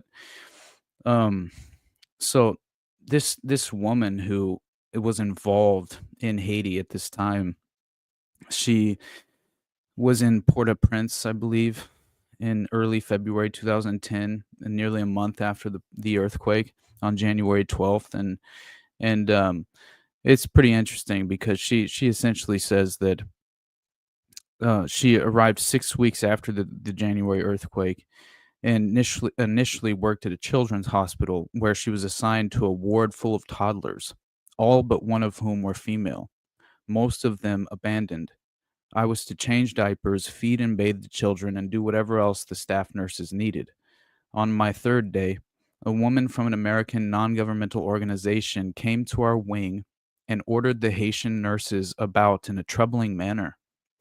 She instructed them to prepare the children for photo shoots.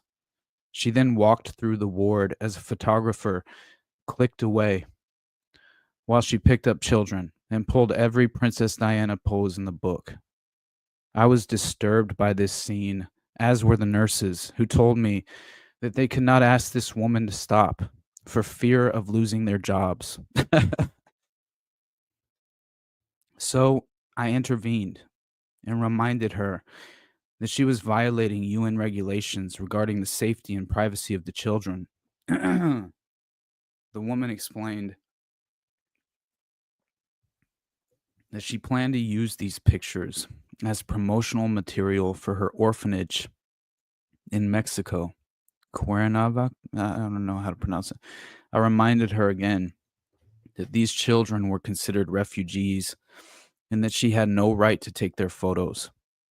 Long story short, that was the shortest lived job I ever had. I was shown the door 2 hours later. This experience was one of many reminders of how the lives of Haitian children were turned into capitalist fodder for the humanitarian market. Capitalist fodder. So I would also learn in the following weeks that this hospital, although it provided some useful services for children, was caught up in questionable alliances with fake orphanages that trafficked children out of the country, especially in the months following the earthquake, when adoptions were hastened by the government. This same post-earthquake adoption program was later qualified as forced migration in the 2012 edition of the annual World Disasters Report. Before the 2010 earthquake, UNICEF estimates that 50,000 children, Haitian children, were living in childcare institutions. Between 70% and 90% still have one living parent. The word orphan in Haiti was a common misnomer because most children in these orphanages had been abandoned or had a parent who was economically unable to care for them. Many were placed into institutions by families who hoped that their child would be adopted and raised in a wealthier Western nation. This attitude is not uncommon in Haiti, and in the months following the earthquake, there was an uptick in the number of children who were dropped off at orphanages, children's hospitals, and churches, as this was one of the only options for the country's most economically disenfranchised. Among the children abandoned to orphanages and internationally adopted, females make up the largest percentage of trafficked children, and the vast majority of these female children are trafficked for the sole purpose of rape. Children in Haiti are viewed as exploitable, be it by the NGOs or the United Nations, which are ready to use their faces as invitations for donors to send money. Many male NGO workers have been found to have exploited women sexually in return for food and shelter, a fact made public in 2018 with the Oxfam scandal. So it essentially goes on to point out how, the field of humanitarian aid has really been, a front to gain easy access to children in many ways. And should not at all be surprising, because how many different examples can we point to where, these disasters were exploited, whether they were manufactured crises or a natural disaster that was, genuinely, authentically occurred. It goes without saying that the exploitation will follow. And so, I think really I've probably made the most of the points that I hope to, but I really did have one final note worthwhile. I'll try and get through as fast as I can. And that is basically that really I was looking through, essentially I really wanted to figure out my process as far as what I was hoping to cover on my solo project. And And I was pretty much going through either the Spartacus Network or the Odyssey Foundation were the two that I was kind of targeting as potential subjects. And what basically happened is that through just kind of my limited, approach to just the beginning of my research in regard to Spartacus, I didn't realize how many strange synchronicities there were. But more than that, it's not only strange synchronicities to the finders in Franklin and Kincora, but it's far more than that. It's it actually seems to have direct ties into, of course, North Fox Island, but then you have to consider the Jacob Wetterling case, which ties directly into a paperboy fetish that was apparently being, pursued for elite individuals who were tapping into this underground network of exploitation in regard to children. And Abrogate D's, I appreciate you, my friend. USAID paid me to promote conspiracy content. Alas, with the mass firings, this will probably be my last super chat. That's too good, my brother. I appreciate it. But yeah, it turns out that there is a far deeper connection to this network that involves not only the Johnny Gosh connection, which ties in Franklin, but it also has direct ties to Son of Sam and the Smiley Face Killers. And even more than that, there are, I forget the other names of the cases, but there are a couple other murder cases that are involved directly with this. It was like Interstate 9094, something like that. The Interstate 9094 killings or something like. But anyway, so it turns out that, and basically, in the U.S. in 1982, there was this New York State Select Committee on Crime, and it had investigated nationwide networks of trafficking, underage sex workers, and the production and distribution of child pornography. A committee investigator by the name of Dale Smith noted that call services using minors also profited from sidelines besides the income from peddling prostitution. Smith said they sold information on the sexual proclivities of the clients to agents of foreign intelligence. Presumably, this information could be used to blackmail those in positions of power. So Smith added that one call service sold information to British and Israeli intelligence. Now, there's a weird connection to that's a strange synchronicity that I was referring to, which is basically involving this private chauffeur company that was directly involved in the Elm House.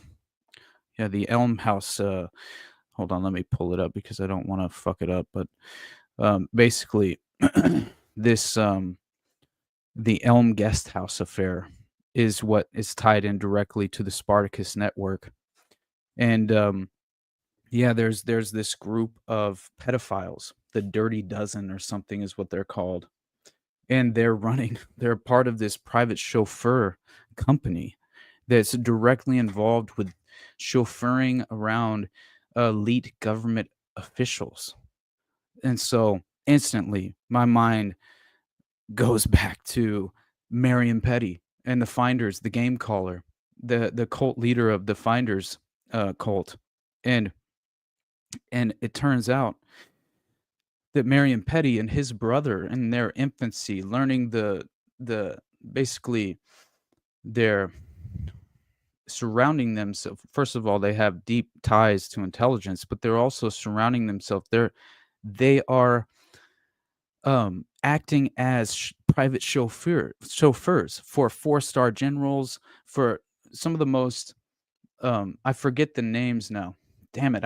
I'll pull it up in a minute, but it'll boggle your mind because you come to find that it's just strange to say the least. I know this isn't any sort of direct connections, far tenuous, but when you're considering the fact that why would these organized pedophiles be running private chauffeur companies for elite government bureaucrats? I mean, that alone is is very strange, if only for potential blackmail purposes. But I would think, the implication might be even deeper than that, right? Something that we're not considering. So I'm not sure how these networks are facilitated, how you come up through the networks, how you make your connections. I have no clue. But anyway, this investigation of the sex industry began by the New York State and city, and so the city and state officials disclosed that they had begun a joint investigation of organized crime involvement in the Manhattan sex industry. This included the alleged takeover of bars and the recruitment of teenage boys and girls for prostitution purposes.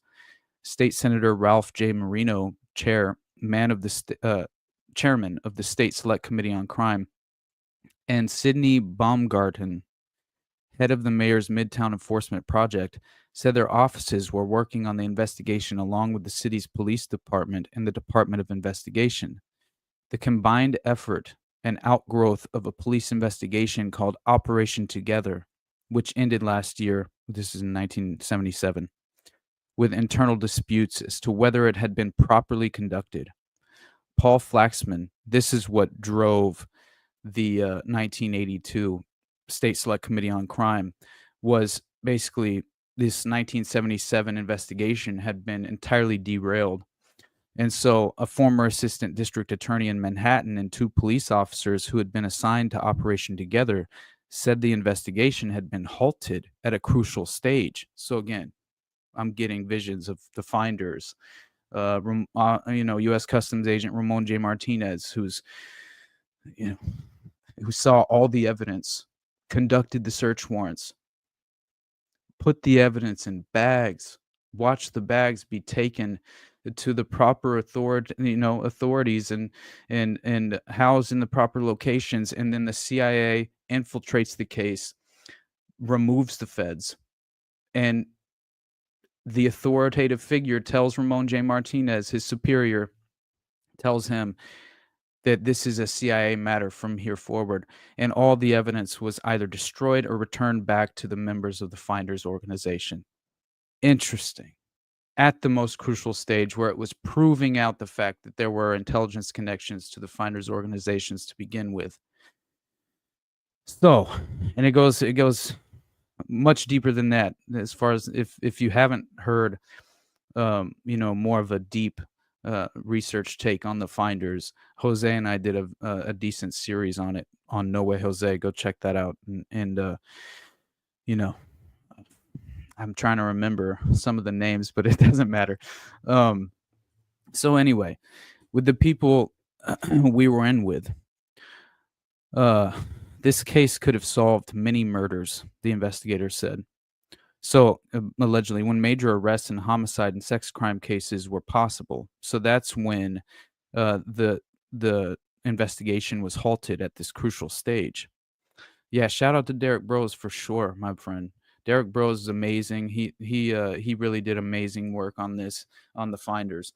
Specifically, he went and he interviewed Tobe Terrell, I believe, who was a friend of Marion Petty, and he really did a great job kind of exposing this Tobe Terrell, who said that, it was very strange because they kind of play this word game, right? And he's trying to, and I get it, it's how you have to play the game in general, but Tobe Terrell was very, he was very particular the way he framed the things that he said, but he accidentally exposed himself a couple of times, and I think that it was a very valuable interview. It's worth watching. But anyway, Derek Bros' work is great. I also found the investigative leads memo in regard to Marion Petty. I think it's very important to cover at some point. And that was another goal, but we'll get to it in the next show. But so the investigation, of course, is halted at this crucial stage as far as Operation Together. And this crucial stage was when major arrests and homicide and sex crime cases were possible. So, with the people we were in with, this case would have solved many murders, the role of organized crime in bars in Manhattan, and broken a major narcotics ring, asserted Mr. Flaxman, who is now in private law practice. At least two of the police officials. So you can already see you have, police investigators who were clearly their careers were entirely derailed, and they are now in private law practice or and not even pursuing, the original career. So, oh no, Paul Flaxman was the former assistant district attorney in Manhattan.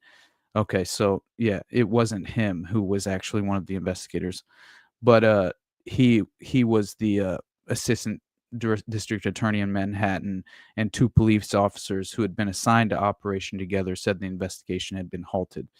But still very interesting. So at least two of the police officials who participated in the undercover operation maintained that they were punished through transfers and demotions because they opposed ending the investigation. So there you go. That's par for the course when it comes to having any sort of integrity in regard to, look, if the case implicates an individual citizen with no real ties to a larger network or a larger nexus of power that could potentially remove the veil and remove that mask and show the public how power truly operates and functions at this clandestine level, well then, typically it's a lot easier to prosecute, and it's a lot easier to go forward with any sort of investigation and have real consequences come to fruition as far as justice is concerned. It seems like there's a little bit more of legitimate potential reality as far as um, perhaps you could pursue justice if it were only some lone wolf individual, but that's usually never the case when in regard to like these federal cover-ups, which obviously this was the intelligence agencies coming in and removing the feds from the investigation, right, altogether. And so that is typical when it comes to the on the ground investigators who were attempting to remain, or are just attempting to do their job in an honest way and remain, have their integrity in place. They're always punished through demotions or transfers, and that transfer is probably the best case scenario. But so the charges are denied. Police officials, however, insist that the 18-month investigation ultimately led to a dead end after the arrests of a dozen persons on charges of narcotic sales, the procuring of prostitutes, and the attempted bribery of policemen. Charles Peterson, a retired city police inspector who is familiar with the investigation, said it had been abandoned because it just wasn't producing what it should have been in terms of manpower and money spent. Mr. Peterson, who is now deputy commissioner of the Suffolk County Police Department, said New York City police officials were disturbed by the quality of information we were getting. The detectives consistently came back with information that could not be verified, he added. Jeremiah McKenna, chief counsel of the State Crime Committee, said the new joint investigation will not involve the police handling of Operation Together or look into whether there was any attempt to suppress it. However, the state committee has asked that the police department temporarily assign to it several of the detectives from Operation Together who criticized the closing of that operation. From interviews with detectives, police officials, and the examination of confidential police files, the background of Operation Together and the controversies that plagued the investigation have been pieced together. In 1974, then Deputy Inspector John A. Collin ordered a routine review of the 2-year-old unsolved murder of a Manhattan Discoth. I have no idea. Some owner. I have no idea what that word is. Let me look it up real quick because that is very strange. He is an owner of, let's find out. It's a nightclub in Westminster. Oh, okay, that's just one of them. Westminster, California. Okay, all right. Very interesting. Okay, well, I could not pronounce that, so it was very concerning to me. But anyway, so he owned a nightclub, Shelley Bloom. Mr. Bloom had been found shot to death in his apartment on the night before he was to testify before a federal grand jury investigating a South American cocaine smuggling network. According to a confidential police report, the murder of Mr. Bloom may have been connected to the attempt by organized crime to control homosexual bars, to 8 other unsolved homicides, to the procurement and prostitution of young boys, and to narcotics trafficking. The investigation linked the Bloom murder with a series of mysterious deaths from 72 to 74, including those of Edgar Lukenbach Jr., a shipping millionaire who was found dead in the apartment of a woman identified in police reports as an informant for the Central Intelligence Agency and the United States Drug Enforcement Agency, and who had been previously arrested with Mr. Bloom on charges of intent to distribute cocaine. So a larger network. Peter Detmold, a real estate man and civic leader in the Turtle Bay section of Manhattan, who at the time of his murder had been opposing the operation of a neighborhood bar frequented by homosexuals that police reports describe as being controlled by Mr. Bloom's circle of acquaintances in organized crime. Ronald Cabo, a hairdresser, John P.W. Birdsley, a socialite and writer, and his roommate, Donald McNiven, a copyright researcher, all of whom had been slashed to death and their bodies set afire, and all of whom were believed to have had business dealings with Mr. Bloom. We were working along the lines that all these murders were connected when the investigation was stopped, said Mr. Flaxman, the former assistant prosecutor. Not in the sense that all these murders were committed by the same person, but that they were committed by the same business interests to get rid of nuisances. Based on these suspicions, police officials decided in June 1974 to begin Operation Together, a police task force of rare size and scope. The group included 56 investigators from the Narcotics, Public Morals, Intelligence, and Homicide divisions, all under the command of James Hannon, then the chief of the Organized Crime Control Bureau. Key roles in Operation Together were also played by 3 confidential informants, all homosexuals. One with the codename Nevada gave information about a meeting held at an East Side bar between individuals connected with homosexual bars and members of organized crime, allegedly planning the murder of Mr. Bloom. The police strategy was to target persons involved in homosexual bar activities, and by arresting them for narcotics or other violations, force them to supply information about the murders or about organized crime. I figured if I could get a handle on the Bloom murder, Mr. Flaxman said, we then could sort out what organized crime was doing in Manhattan. The same names kept on popping up no matter what we investigated: homicides, narcotics, bars. This strategy, according to Captain James Slattery, who was in charge of the daily progress of the investigation, was remarkably ineffective. While a dozen arrests ultimately were made, Captain Slattery said none of those arrested would talk in exchange for a better deal. Mr. Flaxman contends, however, that the investigation was stymied by the brass. The investigators were just not allowed to continue working on the case when they should have been. At times I thought, this investigation was stopped at a crucial stage, at a stage when we were close to a solution, Mr. Flaxman added. Who the fuck is this? What's up, dude? You took so long that you made it to where I got out of work, and now I'm here. I figured, why not hop in? It's been a while since I've talked to you. How you doing, bud? No, brother. Yeah, happy birthday. Happy birthday. Thank you, man. Been missing your ass, dude. I'll be honest. That fucking week I was gone, like I told you privately, you're the only one I've talked to basically since I got back, but I was like losing my mind as far as the ability to respond and like just be reliable in regard to responding to anyone who's hitting up the podcast at all, or oh, I can't hear you. But yeah, mainly it was just like I was super paranoid that last second. No, I still can't hear you. Weird. I don't know.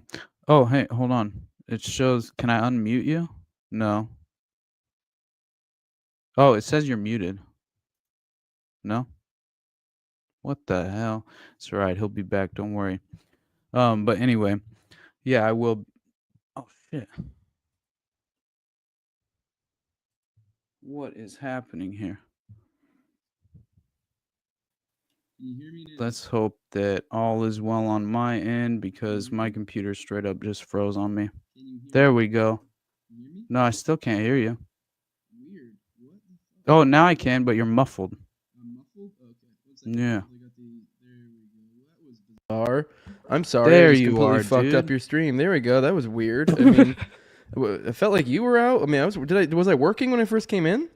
Yeah, it worked fine. Well, I didn't do anything, and I just shit out. So what the fuck? All right, whatever. Here we are. Sorry, I shouldn't have hopped in like this and thrown it off. But yeah, what's up, dude? Hey, Don't worry about it, man. No, I don't know what was caught when I came in because you said it was working, right? So you caught the it was first little good. bit. Okay, then after that it shit out. So all right, Nice. Yeah, Yeah, all right, but sorry. Don't mean to mainly cut you off. I Keep just going. knew that Sam was going to promote TFH, right? And Yeah. just before the vacation.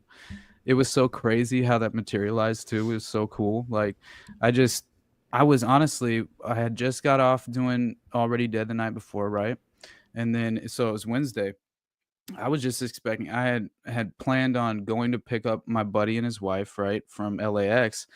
And so then I get a DM from Sam and he's like, "Hey, would you guys be interested? Would you and Jose be interested in doing an emergency podcast?" And I'm like, "Fuck," because like I was like, "Vacation, baby," and then fucking I was like, "Oh, I have to," like obviously I have to jump at this opportunity. Plus, I fucking love Sam, but so instantly I just didn't respond and I just called you and tried to figure out when you could do it, when I could do it. And then I just responded back like, "Hey, I should be back by 7 or so," like because I knew I had to pick him up at like 6. But anyway, and then it came to fruition, and I think it worked great, honestly. I thought it was good. I mean, I'll be honest, it was a little bit disjointed, but that's it was thrown together last minute, and so it really was like.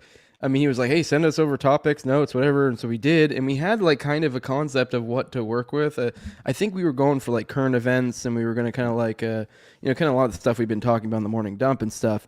But and then it just kind of ended up going in a few different weird like I don't know. That's just how. I mean, anytime you go in tinfoil hat.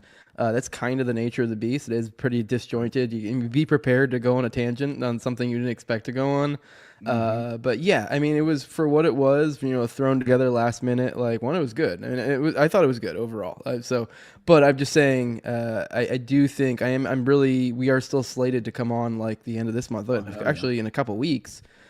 So like, and we actually had an idea, like we'd already had a topic set up and everything. So it's like, we're fucking, we're going to be, I mean, and it seemed like, I felt like we got good reception from from people. So like, they seem to like it too. So it's like, and if I'm like, cause the feeling I kind of got is like, in my head, I mean, not to say that anything bad or anything, it's like, I was like, damn, I was like, if it was like our topic, it would have been even better. And that's not bad. I mean, this was it's just the nature of what that episode was. It was like, hey guys, it was kind of like a check-in quick, like, let's do a podcast, like what's going on, what's current events.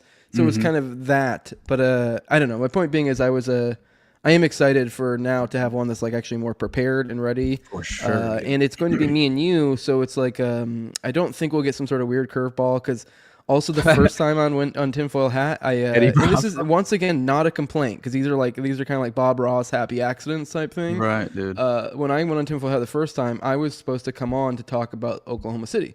And so I was ready. I had gone like what I've called Jose's sage mode or whatever, where I just kind of was in just nothing but consuming like OKC content. And like just so like I was like ready to talk about it, like any which way we go. But and then just so happened then like that day, I don't know why, and I think it seemed like it was just like something to do with the timing with a tour or something, that he just happened to have Eddie Bravo with him that day. And so dude. Like 'cause I guess they were hanging out that day. I think they were getting ready to go do a comedy show, so they just so happened to be together. And so then I was on it with Eddie Bravo to talk about Oklahoma City, and it's like, I mean, so I didn't really end up getting to do all the things I want to do because we went some weird tangents because I had to give up some room for Eddie. But it's like, hey, I get to do a podcast with Eddie Bravo, so that's cool. Like just to be able, it's one of those things you can be able to say. Not even that I'm like a huge Eddie Bravo fan, but just because it's like, It's just a weird thing, dude. It's a like a notch on your belt. Like, oh, I did a podcast with Eddie Bravo. That's cool, dude. Yeah, I remember I reach out so little as far as just like commenting on people's shit, but this was before we knew each other, man, and I fucking commented on that episode that I think you posted on Instagram. And I was like, Jose's living my fucking dream, dude. Like over here, like honestly, because I was This is just your sitting dream, there, doggy. like, You're living it. That's so funny to me. But anyway, no, I do think it'll be perfect as far as like getting to have some sort of like, prepared vision that's far more comprehensive, that's a lot less me going schizo as often, because I couldn't help myself a couple times. Well, with that, I think we need to, me and you, now that you're back, and I'm about to probably, I think especially next week, I'm gonna have a good little stretch where I'm gonna be doing a lot of these. I have been a lot, so I've been doing less work and more of these lately.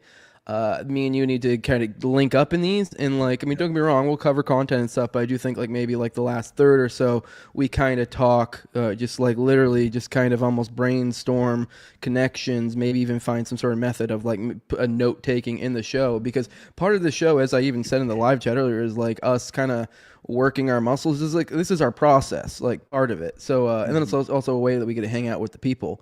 So I think that might be a good way we can start prepping. But I think we already have the idea, but we keep the concept that me and you had. This is I think one theme of our show we've had for a while in general. This concept that we're getting ready to prepare to show on Tinfoil Hat.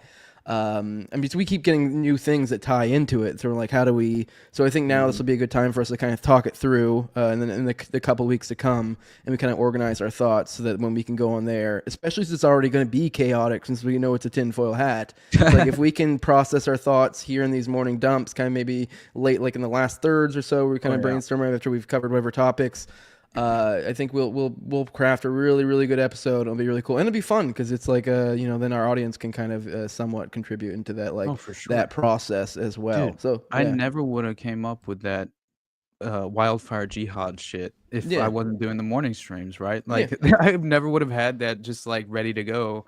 It's in the gym, dude. This is Raven said that was his thing about the daily stream, and it is. He's working a different way. He's working in PP poo poo, but this is working it in big brain. Riff for a second while I piss. Can I? Because I honestly, sure, yeah, guys. I want to keep talking for a little bit, but I do have to take a piss so bad. Actually, hold on one second. Let me find. I have something I want to bring up, but just give me a second. That way you vamp for a second while I find the thing I want to look. Because there's a correction I wanted to give about something I said on one of these morning dumps the other day. Let me see if I can find it. Here we go. Apologies, I am retarded, guys. Okay, go ahead, go pee, dude. I'm gonna bring up this thing. Here we go. I said on the show recently, I said that the golden beeper thing, and now to be fair to myself, I'm not sure if this is a reporting thing or if this is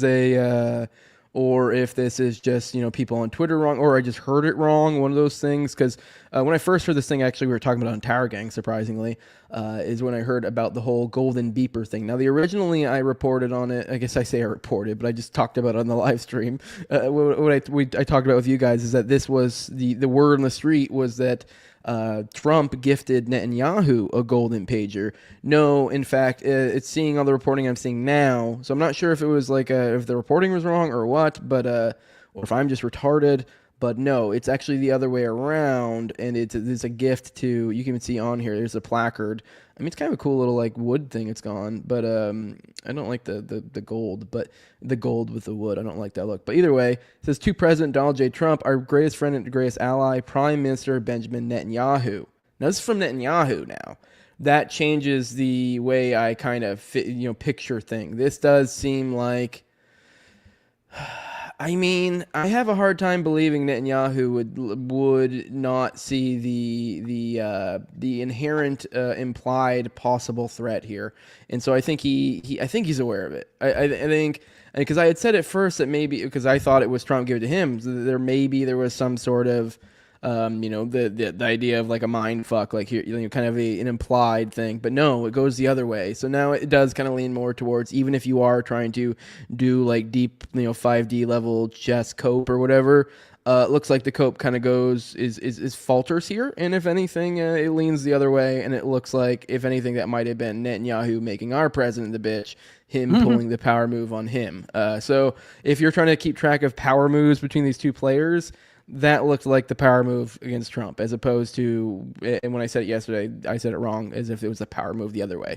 So yeah, I mean, I don't know. It is wild though that Israel would do this. I don't know. Right. I don't know if you have any. I mean, it just seems ballsy to me for Netanyahu to gift Trump a golden pager without knowing the inherent like possible way that could be perceived as like an implied threat. You know what I mean? For sure, dude. It's like, you better fall in line, bitch. Because I can totally look like that. And I just struggle to believe that they would be that tone deaf. They wouldn't realize that it looks that way. You know what I mean? Right. Yeah. So like, cause I talked about this yesterday, because if you, I don't know what you know or what you've been following. You missed a lot. Again, I wish you had come to the Ramsey episode, because I do have, we're going to be doing, I'm calling them the weekly dump now. It's every week we're doing a super cut of the morning dumps. It's going to be nice. We're doing them shorter though. We debuted them on Ramsey episode. I'll be honest, I kind of regret doing that now. It was too long, and I knew it was too long beforehand. It made it awkward. I talked to the clip guy, and I think we're going to do it in more closer to the 3 to 4 minute range. And so I think around the beginning of the show now, the new format with Already Dead is we will play that. It's kind of like a week in review. So we'll have we'll come on, do the intro, we'll talk, blah, blah, blah, blah, a little, maybe like 5-10 minutes. And then, when we're ever like ready to get into conversation, like, all right, let's play the clip, kind of give us a reminder of what happened over the past week. And then from there, then we'll jump up. That'll be a jumping off point.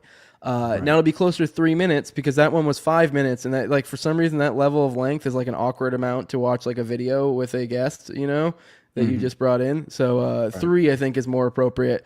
That's more like, hey, just hang on a minute, we're just going to watch this, kind of a week in review, and then we'll kind of discuss, go from there, because that kind of gives us a jumping off point, and also whatever, it's a little promotion for this. And honestly, there's so much stuff going on, it's hard to remember, and it's a good way to kind of like highlight like what were the things that happened this week, because there was so much you missed. There was like a trans terror, it was like a trans cult that like I completely like was like mapping out on the show, and like it was there was there a shooting confirmation of informants in Patriot Front. That was found through documents. There was a bunch of stuff, and like that was all stuff that there was the multiple plane crashes that went down. So then we kind of sleuthed into that. There was one that like everyone thought was a missile, myself included. I was like, that thing was fucking huge. But then there was more video that came out that was more clear. Once again, we live in like a post-reality world, so that might not be the case. But it looked more and more like, okay, I think it actually was a plane. You can kind of see clearly in the night like what's a plane going down. But it had like its engines like full roar, and so it was like going dive bombing, and apparently had full fuel as well. So the explosion was fucking huge. And so there's a bunch of stuff. It's just when you're doing this stuff on the daily, it's a lot to keep track of. So I do think it's kind of cool to have like a clip, and then also it'll be like kind of now we have a thing. I'm gonna post them and have like a playlist. That way you can always just have like a 5-minute clip of every week. It's almost like a time capsule. So, of whatever craziness happened in that week. So we'll have like, we can always be like, and even look back on them. But yeah, I'm rambling now, but I don't know. I just thought this was wild. I don't know how in or out of touch you are with the current events, given your recent I've been stuff. doing my best to try and get back on it, but yeah, this caught my eye instantly. The Jared Kushner behind Trump's plan to take over Gaza, which I found very interesting. This is the Times of Israel reporting this as well, which is interesting in itself. But you mean Netanyahu's godson? Yeah, who would have fucking thought? Perfect for real. Yeah. But why it catches my interest so much is mainly because, check this out, dude. Let me find this, because everybody is under this impression that that George Soros is sort of the left unelected oligarch that's kind of been that, for example, the Black Lives Matter color revolution sort of just playbook, right, which was clearly a George Soros kind of engineered event, which really was just bringing home domestically the same color revolutions playbook that George Soros was behind financing and in so many other ways internationally, right? So not at all what is it like surprising? But as far as claiming that George Soros doesn't have special interests that overlap with the current administration, and as if he's being targeted and like undermined and his power is somewhat, limited. I find that very hard to believe, especially considering, let me see if I can pull it up. Oh, dude, Frederick Trump. this shit is so funny because look at this. Fred Trump, who donated the land for the Talmud Torah of the Beach Haven Jewish Center, 723 Avenue, discusses the impressive future with the assemblage at last week's groundbreaking.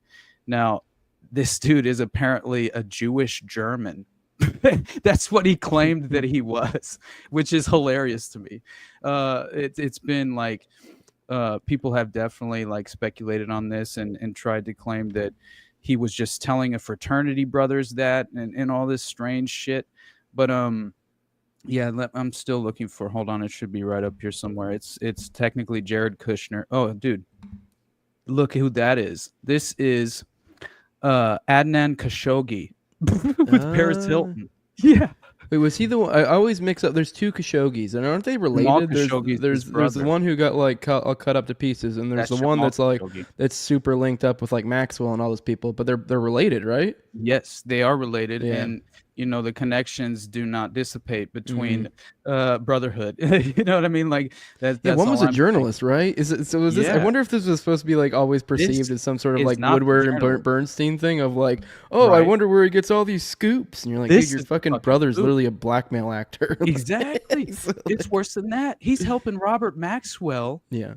funnel arms and weapons during the Iran-Iraq war, like to both sides. Which it was so basically the U.S. State Department could have plausible deniability. They would outsource it to Adnan Khashoggi, who was a weapons dealer, essentially at that time, and I'm sure deals in far more than just military arms.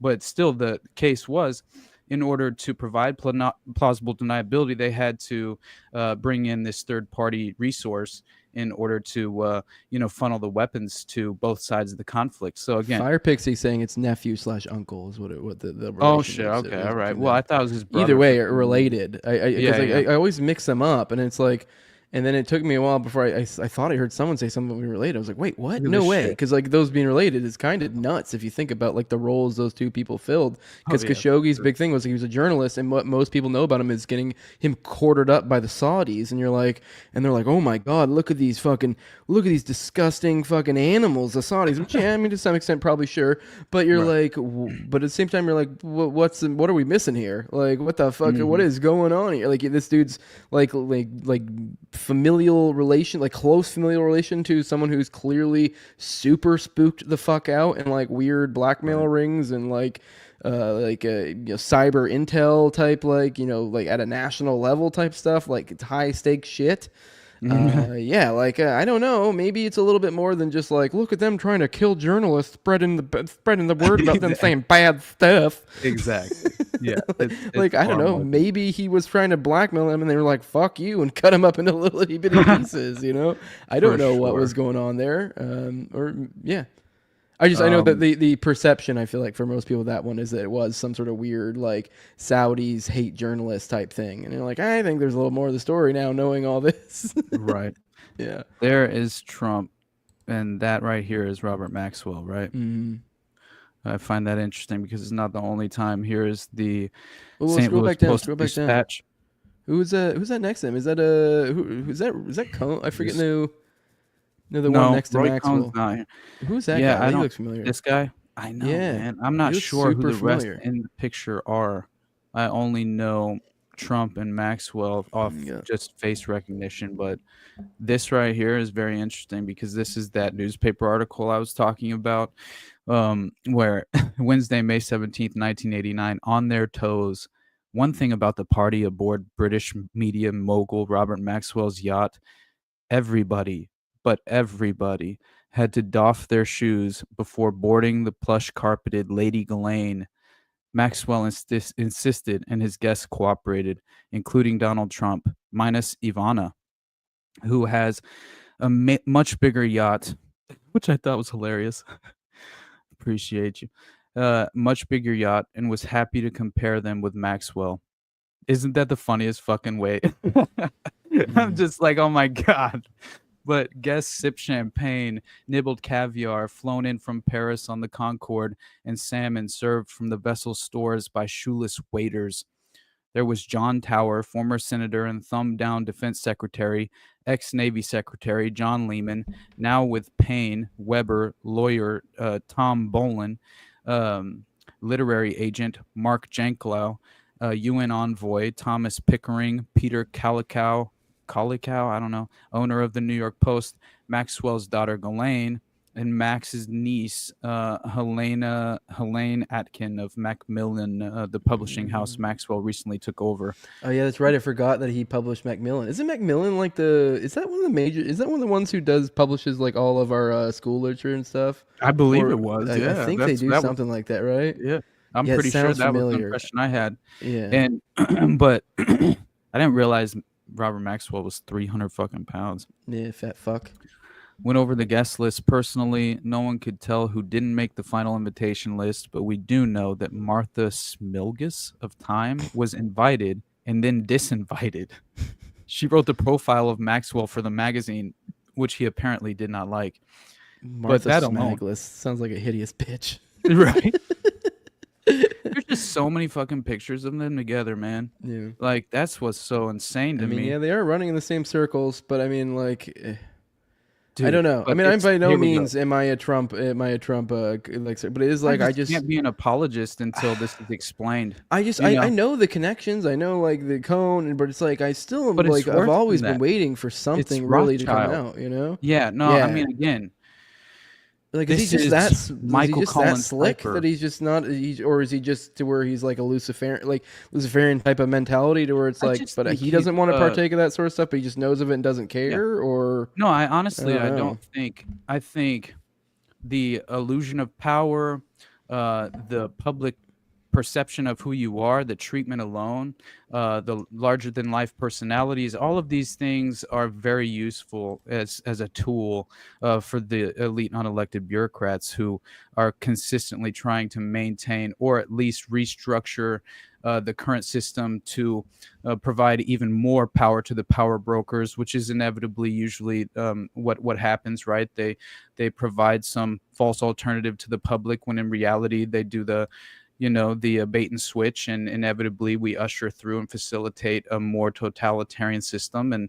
And so I'm unfortunately under the impression that, first of all, I think it's ridiculous to imagine that one individual can really restructure the entire system itself. I don't think that's how the system is even structured to begin with.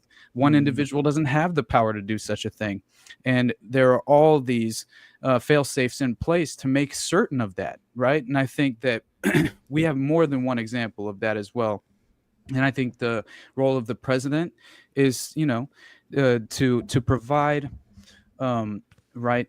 Basically, they are the window dressing for public perception, obviously. And so, but again, you already know my perspective on. Yeah, I mean, this is all like really. We should be like, what is Miriam Adelson thinking? What is she doing right 100%. Now? Why is she being so cool in some of this domestic stuff? What's the end game? What's Miriam? What's going on in Miriam Adelson's mind? When it sort of is like he got so much good press in regard to the sort of what looked like a de-escalation. In a way in Gaza for that brief moment where the transition was taking place, that it's like, oh my God, I felt like that was the calm before the storm, right before the real inevitable. I still don't know how this plays out. We're still in a weird. They're calling for ethnic cleansing. They are, but like, I mean, I followed this over the past week, but like, I mean, what we covered the photos. I'll have to play. I actually have it dialed up. Whenever we're ready to roll, I think on the way out, and you should even watch this. Whether we say this real quick, just that last thing that I wanted to show, and then I'll pull it off, and you can pull up. No, I'm talking about like whenever we were done, like as an outro, like play because that like the weekly dump us on you, like the 5-minute, like do like an outro because it runs through it. On the topic of like what's going on with the ethnic cleansing or such, like yes, I've been covering that extensively. Been reading a bunch of anti-war articles like while you've been gone. I think, I mean, we're at a really, really weird tipping point.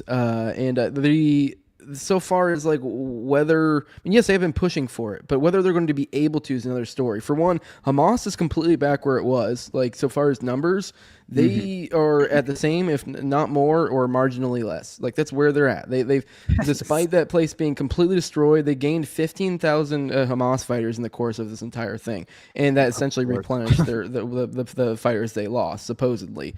So I don't know the exact numbers, whether they have a little bit more, a little bit less, about the same. But roughly, this meant nothing to them, except for radicalize a shitload of people, understandably, to be like, you know what, I would like to take up violence. Violence sounds nice. Right. I totally understand that input. But you know, people are aware that, like, oh, ethnic cleansing, that's basically the same, the status quo as before. Like, if they just moved, this would all stop. Like, I mean, this would be done. Like, I'm not. That's not an endorsement of that. I'm just saying this has always been the move. So this is de facto. But what I'm getting at is, you've seen there were photos that really gave the full breadth of the amount of people returning and the degree of like human spirit of like, fuck you, we're not leaving.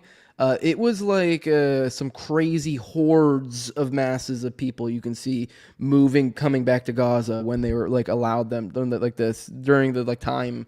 This is when you left. It's like right around the time of the ceasefire and people returning. So it's like, I think we're literally basically starting over. They got a chance to kind of recoup. They got a bunch of aid trucks in there now. I mean, yes, Israel's not perfectly following the peace deal as is. They're still destroying buildings here and there, and they've probably killed a few dozen people still, but it's still nowhere near where they were. And so it's like, and they've actually gotten aid. There was like a period of time where I think it was like a month or two where there was like a single digits, I think less than 5 aid trucks that made it through. And it was worse like, than that. They were camping out. Remember the aid packages? Yeah, there were children freezing to death. Like, it was, I don't know, it was starvation. So this was like such a godsend just to have a moment, just to and they've all come back, and they're all basically being like, "Fuck you, we're not going." Like, and that's kind of the spirit it seems to be. I mean, don't get me wrong. I mean, to some extent, there's probably some people that might leave, but like out of just a survival instinct. But I really don't think they're going to. So I think like any sort of push for this is just going to return to hostilities, and we're back in the same spot. I just don't know. Something's got to give at some point. I just don't think we're going to be able to keep. I mean, I don't know. The PR game is not really in their favor. They've lost so much, and they're basically starting over from square one. Is basically what's going on here. It's going to be harder for them to, I think, try to pick up hostilities. Then I don't know. I mean, it's going to be harder and harder to justify returning hostilities the more that time can drag on and not have hostilities, because there's more people returning. There's more of kind of like a people kind of settling in the fact of the matter. You're getting further away from that like emotional, like, like, oh my God, October 7th. You're getting farther away from that because we had this break. I don't know. I really, really, really don't know. It seems like the plan, they want it to be ethnic cleansing. I don't know how that's going to work. I really, really don't know. I mean, I wish I could have some sort of better analysis for people, but I just don't know. I really can't say that it's going to work. And this is by no means me sucking up to Trump at all, because yes, he wants to do ethnic cleansing, which is just going to return things to hostilities. It's going to go right back to the way it was if they try to do it, because they're going to go, no. And they're like, well, okay, then we're going to blow up some buildings and you're back to square one. So weren't there some U.S. officials who were kind of backpedaling after his statement, the U.S. will take over the Gaza Strip? I think they softened some of the details. I forget, but it's kind of basically the same thing. But then Trump said some crazy shit like, well, we'll have like no troops and we'll spend no money, but we won't even have anything to do with anything. And then they'll just give it to us when they're done. And like, it was very, I don't think he knows what the fuck he's talking about. I mean, I don't know. I'm not hanging on the idea that maybe it's a negotiation tactic, but it wouldn't surprise me, because it's like, I did put out a tweet that was like, guys, calm down. Trump's just pretending to be retarded.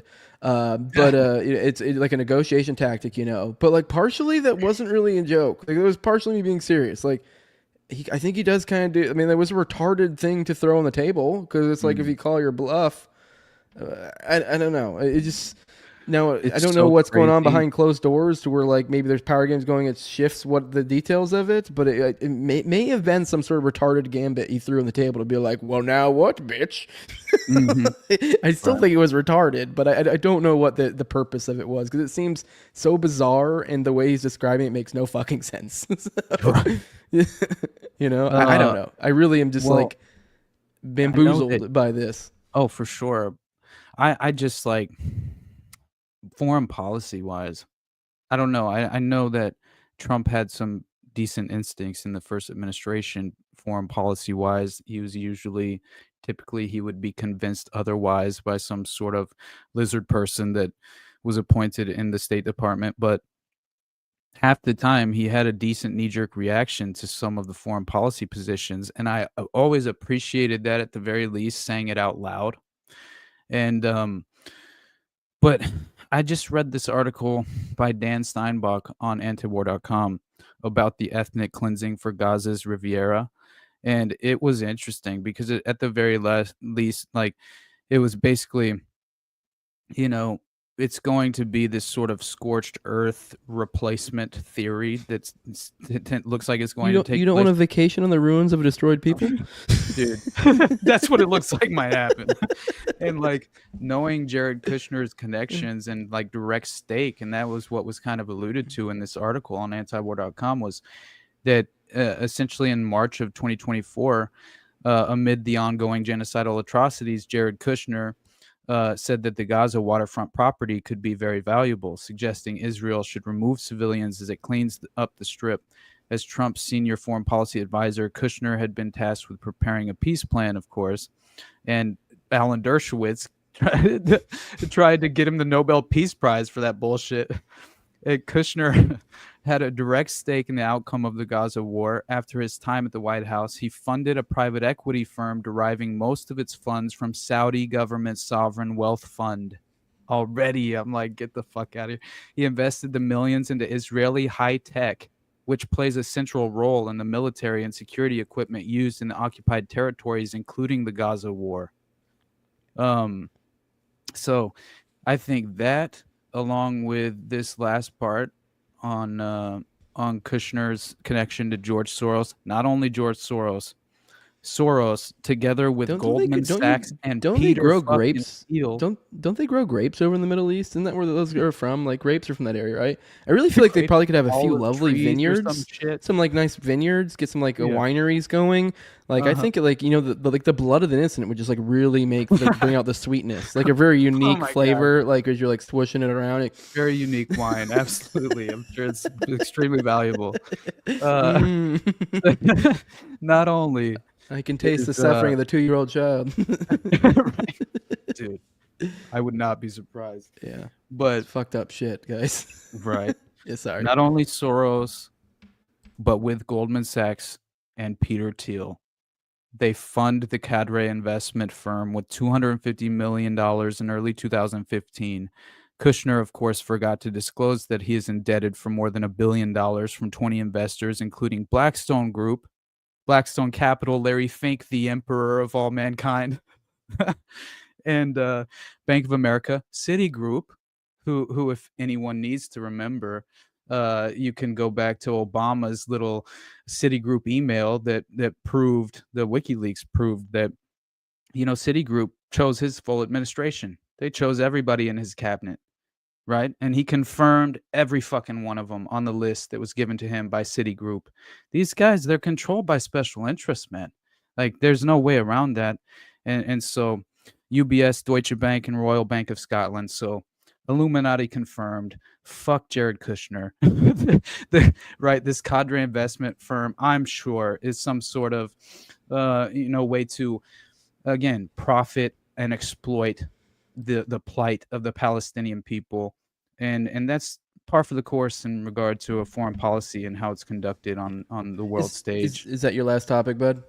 Yeah, I think so. All right. Probably. There's one more thing I wanted to bring up before we get out of here, and then I roll that video for you, because I do think that video, like, if you look closely, you can even we can talk after. I think it'll be a quick little recap for you. But let me set this up. I'm gonna bring one more. This is actually something that, as I was like pulling in to get in the stream with you, Ken posted, and it was pretty friggin' important. Sorry, open the screen already. All right, here we go.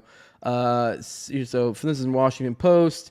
A secret UK order demands Apple allow access to all cloud content from users worldwide. The British government's undisclosed order issued last month requires blanket capability to view fully encrypted material and has no known precedent in major democracies. So this is Ken says they published an extremely important story today about a secret UK order for Apple. I guess they tried to do it secret to provide it with total access to all user data on the cloud, an order that would implicate Americans in the entire world. The Post rightly notes the UK order has no known precedent in major democracies. This is China-level domestic surveillance. I'll have a write-up soon. I'll keep an eye out for his story. I don't know. I think I might be in here tomorrow. I don't know. My weekends are kind of like up in the air. Really, it's just kind of play it by ear on the day of. When I wake up, I'm like, hey, what's going on? So I might. I don't know what your deal is, but I might actually end up. You know what? I'm gonna fucking actually I already have it bookmarked. So I'll probably read. I'll bookmark this too. But I'll make sure to probably. Well, I'm not gonna say for sure, but I'll likely end up covering that on the show for sure. Nice. So because that is. Yeah, that's wild. So I'd like to get into the specifics on that, but I just wanted to touch it because that was kind of some big shit, you know? Absolutely. Yeah, that reminds me of that. Shit. It wasn't. What the fuck? What's the name of? Damn it! Why am I thinking Santa Barbara? What the fuck is the name of that terrorist attack that? They said was they tried to use as a pretext to get Apple to allow a backdoor access by the intelligence community. San Bernardino. I remember that. Yeah, and it was one of the shooters. I just couldn't remember which. Yeah. So, but yeah, I remember that. That's what I think of. I think of the pretext, right? That was kind of to manifest this precedent. This precedent-setting pretext sort of operation in a way, which in regard to, I would like to do a deeper dive on that San Bernardino, of what ended up being a false flag. If you remember, that man and his wife, right? And they tried to claim that it was a fundamental Islamic radicalization, sort of Islamist terrorist attack in many ways, but. I remember there being weird glowy shit of some sort. There was like something's fucky going on here. So 100%. Yeah, that would be worthwhile, I'm sure. Well, all right, bud, you ready to get on? We're almost at 3 hours. Get the fuck out of here. I'll probably put this on my RSS feed now. I don't think it'll be on my Rumble, but this will be up on my YouTube, probably my RSS feed later. Oh yeah, I gotta update everybody.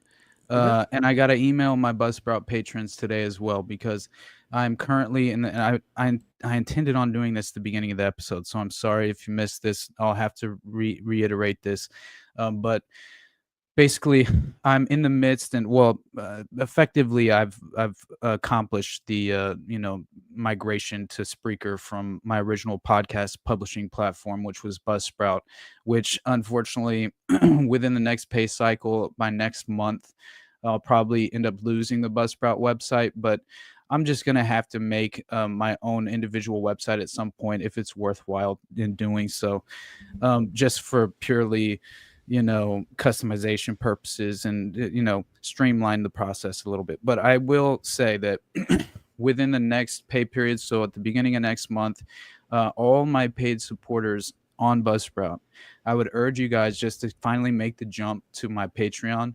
I have 5 tiers now. I think there's a $3, a $5, a $10, a $15, and a $25 is the top tier, I think.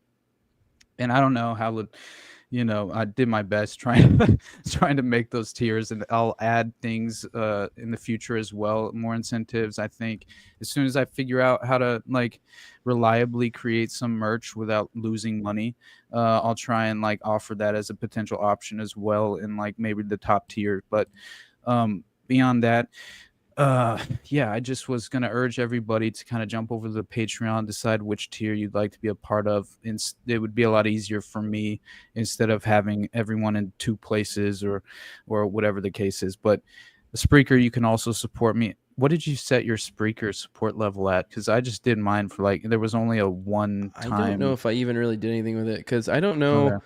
I don't know to what extent people really use your Buzzsprout thing, but so far as podcast specific host payment options, I don't feel like people typically take advantage of them. Usually it's going to be your specific like actual things like a Patreon that's like for that purpose.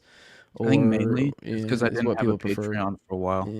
Right. So like I at least accumulated like some core supporters. Okay. You know, from just the Buzzsprout alone. So I know some people use Spotify and do the same thing. I never went that route, so I don't know. I can't really speak to it.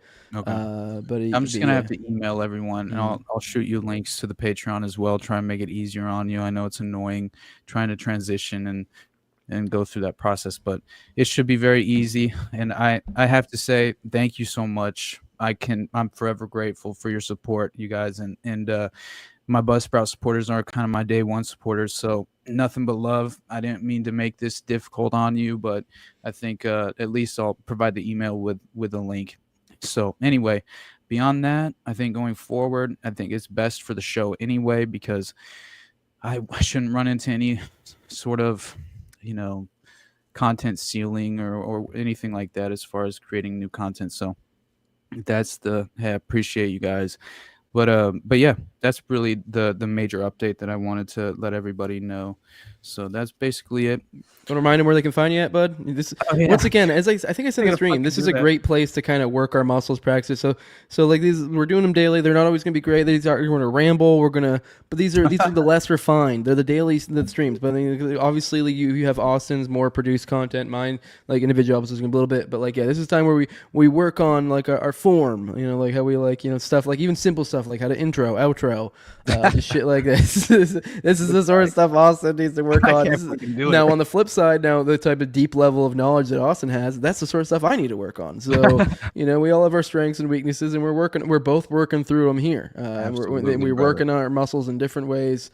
But yeah, Austin, I don't know if you want to remind them, because keep in mind this goes out to a bunch of platforms now. Essentially, we've simplified the situation for you guys. I realized when we went on Tinfoil Hat, as I was trying to plug, I was like, this is confusing as fuck, and these probably, and I knew I was going to go back on again. I was like, I do not want to make this plug confusing as a fuck next time, and also just like make it easier.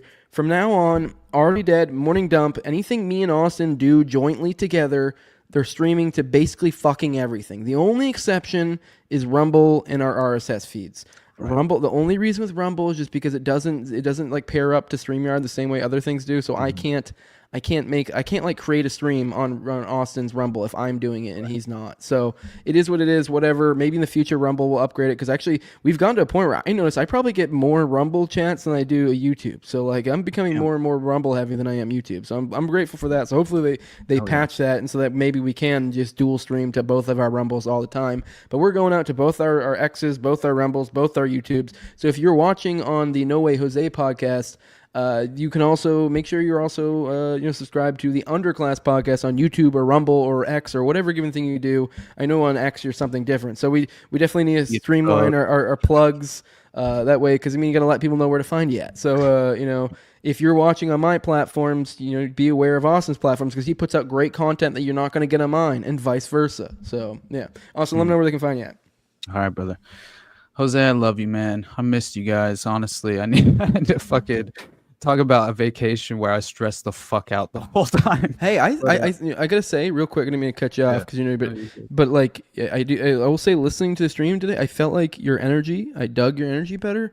I feel like maybe you were getting a little maybe you got too deep into the dark shit before you went on big, but I think it was good for you to take a load off. You seemed a little better. I mean, yes, you said you did ramble and stuff, but your energy was much more like, so like awesome. Yeah, so just I think it's good. I think a little time off was good for you, and now we're back to the grindstone. We're gonna make shit happen this year. Me and you, brother, it's gonna be wild shit. It's gonna be because we upgraded the shit. So now every time we stream, we're just going everywhere. So this is, we're going everywhere. So I think by the end, and we're shooting for probably 4 to 7 days a week with this show. Mm-hmm. So I think by a year from now, we're probably gonna have a fuckload of people who show up for these. So. But also, let me know where you can find you at. Sorry, I didn't mean to cut you off again. No worries at all, brother. Yeah, you guys just follow everywhere the Underclass podcast. Definitely subscribe to the Rumble, subscribe to the YouTube. The RSS, that none of them should be affected. It should all be legit, and I posted the past two already deads yesterday, so it seemed to be working fine. But yeah, and then follow me on Twitter at Underclass Pod or at Theater Thug AWP, and then Instagram is at the Underclass Podcast. Yeah, and if you guys Patreon, go support the Patreon. Hell yeah, dude! And if you are, if you're listening on over on one of Austin's platforms and you hadn't checked out any of mine, I have the No Way Jose YouTube channel. I also have the No Way Jose Rumble channel. You can follow me on Twitter at TowerGangJose. Streams to all those different spots. Also, I'm on all the audio podcatchers, so you can listen to it after. Obviously, it doesn't go live on an RSS feed because that's not how that works. But if I mean, almost as soon as we're done with these, within an hour or two, they usually go up. So if you want to listen to it after, you can do that too. We have added, at least I did while Austin was gone. So maybe I'm guessing Austin will probably start doing them too. We're putting timestamps in because a lot of people, you guys requested. So keep that in mind. You can kind of jump in. This is a long stream, but we'll have every topic you can jump, to your heart's desire to and from. But if you do want to support what I'm doing, you can do it over at patreon.com/NoWayJose2020. The lowest level is $2. The highest level is my sponsors. But the low level, you can get the early access to my weekly episodes. I do the one like usually topic driven episode, the No Way Jose's. You can also get to where you can be a talking head on me and Austin's weekly Already Dead series, which is a live stream we do on Tuesdays at 9:30 p.m. Eastern. That allows you to be a talking head on there on the call-in portion, and that gives you access to an ad-free RSS feed. I also drop them there. You can either listen to them on Patreon or on your RSS feed of your desire with the link that you get there. Because I know a lot of people don't like the ads there, but you can get ad free if you just $2, and then all my content's then ad free at that point forward. But my highest level is my sponsors. I read them off every episode of my co-host on Tower Gang at Tower Gang Toad. Also have at Abrogate D's at ZOVERICK at _Infinite Zeal. Also have Tim Tuttle at John Klebold. The Will Bell's Delicious Blueberry Wine. And the big fan of the show, Tor May, and then at INWARD Lover. I also already told you, make sure to like, share, and subscribe. If you're watching this, make sure to like. It really helps out a lot. If you're listening to this, make sure to leave us 5-star reviews. Helps us big time. Don't leave yet, though, guys. I do have and if you've already seen it, whatever, maybe if you watched Already Dead, but I figured this would be great for Austin as an outro. But this is right here as we go. This is the weekly dump, January 27th to February 3rd. So it's those days. And come on Tuesday, you'll have the next following week after that. So be sure to tune in for the morning dump live on X on the No Way Jose YouTube channels most every morning at 10 a.m. Eastern. Be sure to hit that bell for notifications and jump in and join the conversation. Here is last week right here.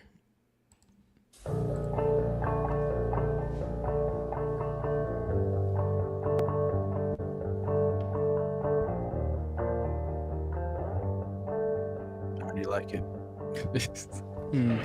Let's get into this. We're definitely going to hit the main beat of this, the Sam Altman stuff. I've been telling you guys, Altman, Oracle, Ellison, OpenAI, all the different shit. I would like to look into the kind of the especially kind of the basics, the kind of the who the fuck are these people type stuff. So if any of you guys see threads, articles, etc., videos, whatever that kind of give us insight into that, feel free to tag me, put it in the Rumble chat, whatever. Because I am that is something I'm interested in. This is a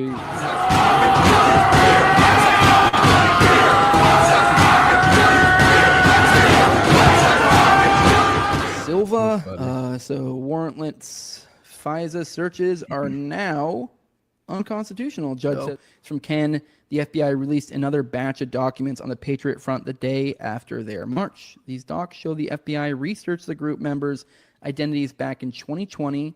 Using a CHS, confidential human source. I'm coming to kill you! Confidential informants. Officers killed recently, which is kind of wild.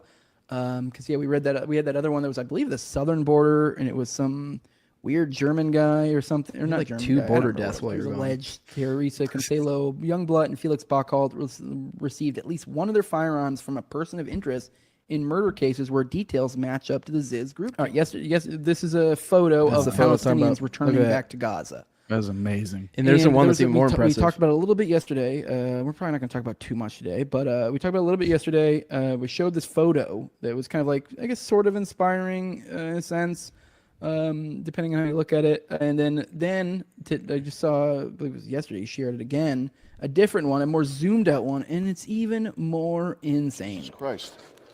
Why'd you give me this fucking thing? I thought this was airsoft. I'm never doing that again in my life. The governor of California, who was just appointed to rebuild, in quotes, L.A. Yeah, dude. This is Casey Wasserman, L.A. 28 chairperson, and you can see in this photo, you may recognize these two individuals.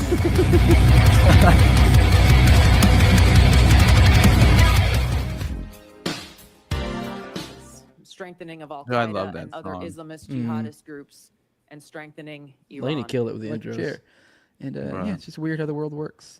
Weird little Did things. the But surveillance deep dive. anyways, he did a Substack surveillance recording show OKC bombings. This is a post he made. Here's a video. I mean, we'll go into the thing. It's down here, but he's got a couple videos before we go into it. Here's Danny Coulson, who I've told you guys about. As you can see here, objection overruled. Go ahead. For most politicians to have anyways. Here is here's something from Boltzmann Booty. Adina Moshe, one of the old ladies that was taken prisoner by Hamas on October 7th and then released the next month, says, I claimed and continue to claim that this was treason. Some high-ranking official or some person was very connected to the army, decided to do something. I think we solved it. According to Fox News, the pilot in command of the military helicopter involved in last night's crash near D.C. was a woman. We solved it, guys. All right. That's it. We figured it out. We don't need to do this shit anymore. Obviously, as you know, he isn't like an ongoing threat. I was just going to like look at an infographic that's made this more because those who've been following my coverage, it was More Jocko. I would fucking kick Jocko Willink's ass. Sand nigger. Plane crash. Oh yeah, Kash Patel said "Sand didn't nigger" hear in that. Congress while you were gone. Damn, that was fun. That's hilarious. Joey Poopbag, perhaps. I miss all I the have good no idea. stuff. There's the. All right, guys, make sure you guys are over there hitting that like button. All right. Let me see. All right, here we go. Here is from one of you guys. He says, I was just talking about continuity of government yesterday in different contexts. My buddy Black Eye, General Milley, was in charge of continuity of government at some point. If Maybe a memory serves. videotape. Maybe Barack Obama is gay. So- Maybe. Information provided by the FBI's confidential source, NBC. Here's that video I was telling you about. Look, you can see it. See the top right there, like very top right. Everything. Did you not see that? Where is that? That was in Philly while you were gone. That happened. Oh my god! And dude, like no. you got to see some of the other like videos. It looked like it was like huge, and like it looked like it was like it really like all us parapolitical people were like, that's a fucking missile. And then this was probably the best video that I mean, like if we don't show it here, but he zooms in, you can really tell. Like you can see the lights, you can see the outline of the plane. You're like, okay. I mean, I guess theoretically, if they are going full speed, like full engines into the ground with full fuel, it will like basically be like a missile because it's like. But the problem is usually when things crash, they just crash. They don't like. Right. You know, like no one fucking like usually speeds down, you know, because I mean, there's like terminal velocity. You literally top out how fast you can go, and so most planes probably don't even reach terminal velocity before they fucking hit it. All right, let's keep going though. But we got like 30 more seconds. They say that Ukraine during the war received $200 billion to support the army. Ukraine lost $100 etc. billion of our But $200 I billion. thought this is a good one. And you said it before because I've seen it elsewhere. But this is a newer one. He said this on X in response to the whole USAID. Doug in thing. advance. He said most governments don't want Sus as USAID fuck. funds flowing into their countries because they understand where much of that money actually ends up. While marketed as support for development. Yeah, me and you talked about that a little bit, didn't we? About like maybe we did over the phone or something. I talked about a little bit on Already Dead. So I mean, I would recommend you watch the last Already Dead that way. Because honestly, I know you were complaining about not, but I think it was actually kind of good. We essentially did the homework of our conversation, our future conversation with me, you, and so we've set down the groundwork for our fucking people, and now we can kind of build from there. So because we kind of went through the slides and stuff mostly, and so like I think if you go back and watch that, you'll be able to just kind of pick back up with Knights of Malta and that sort of stuff when we go back into conversation. Especially since you're digging into chicken hawk type stuff right now. I think you're going to probably find a lot of links along the way that probably. fit into the conversation we're going to have, because we did focus on Savile and stuff and his connections to Knights of Malta, and then kind of like weave that in with Gladio and like kind of our what we're trying to do with our episode, like the theme of our episodes. Like, this all threads in perfectly.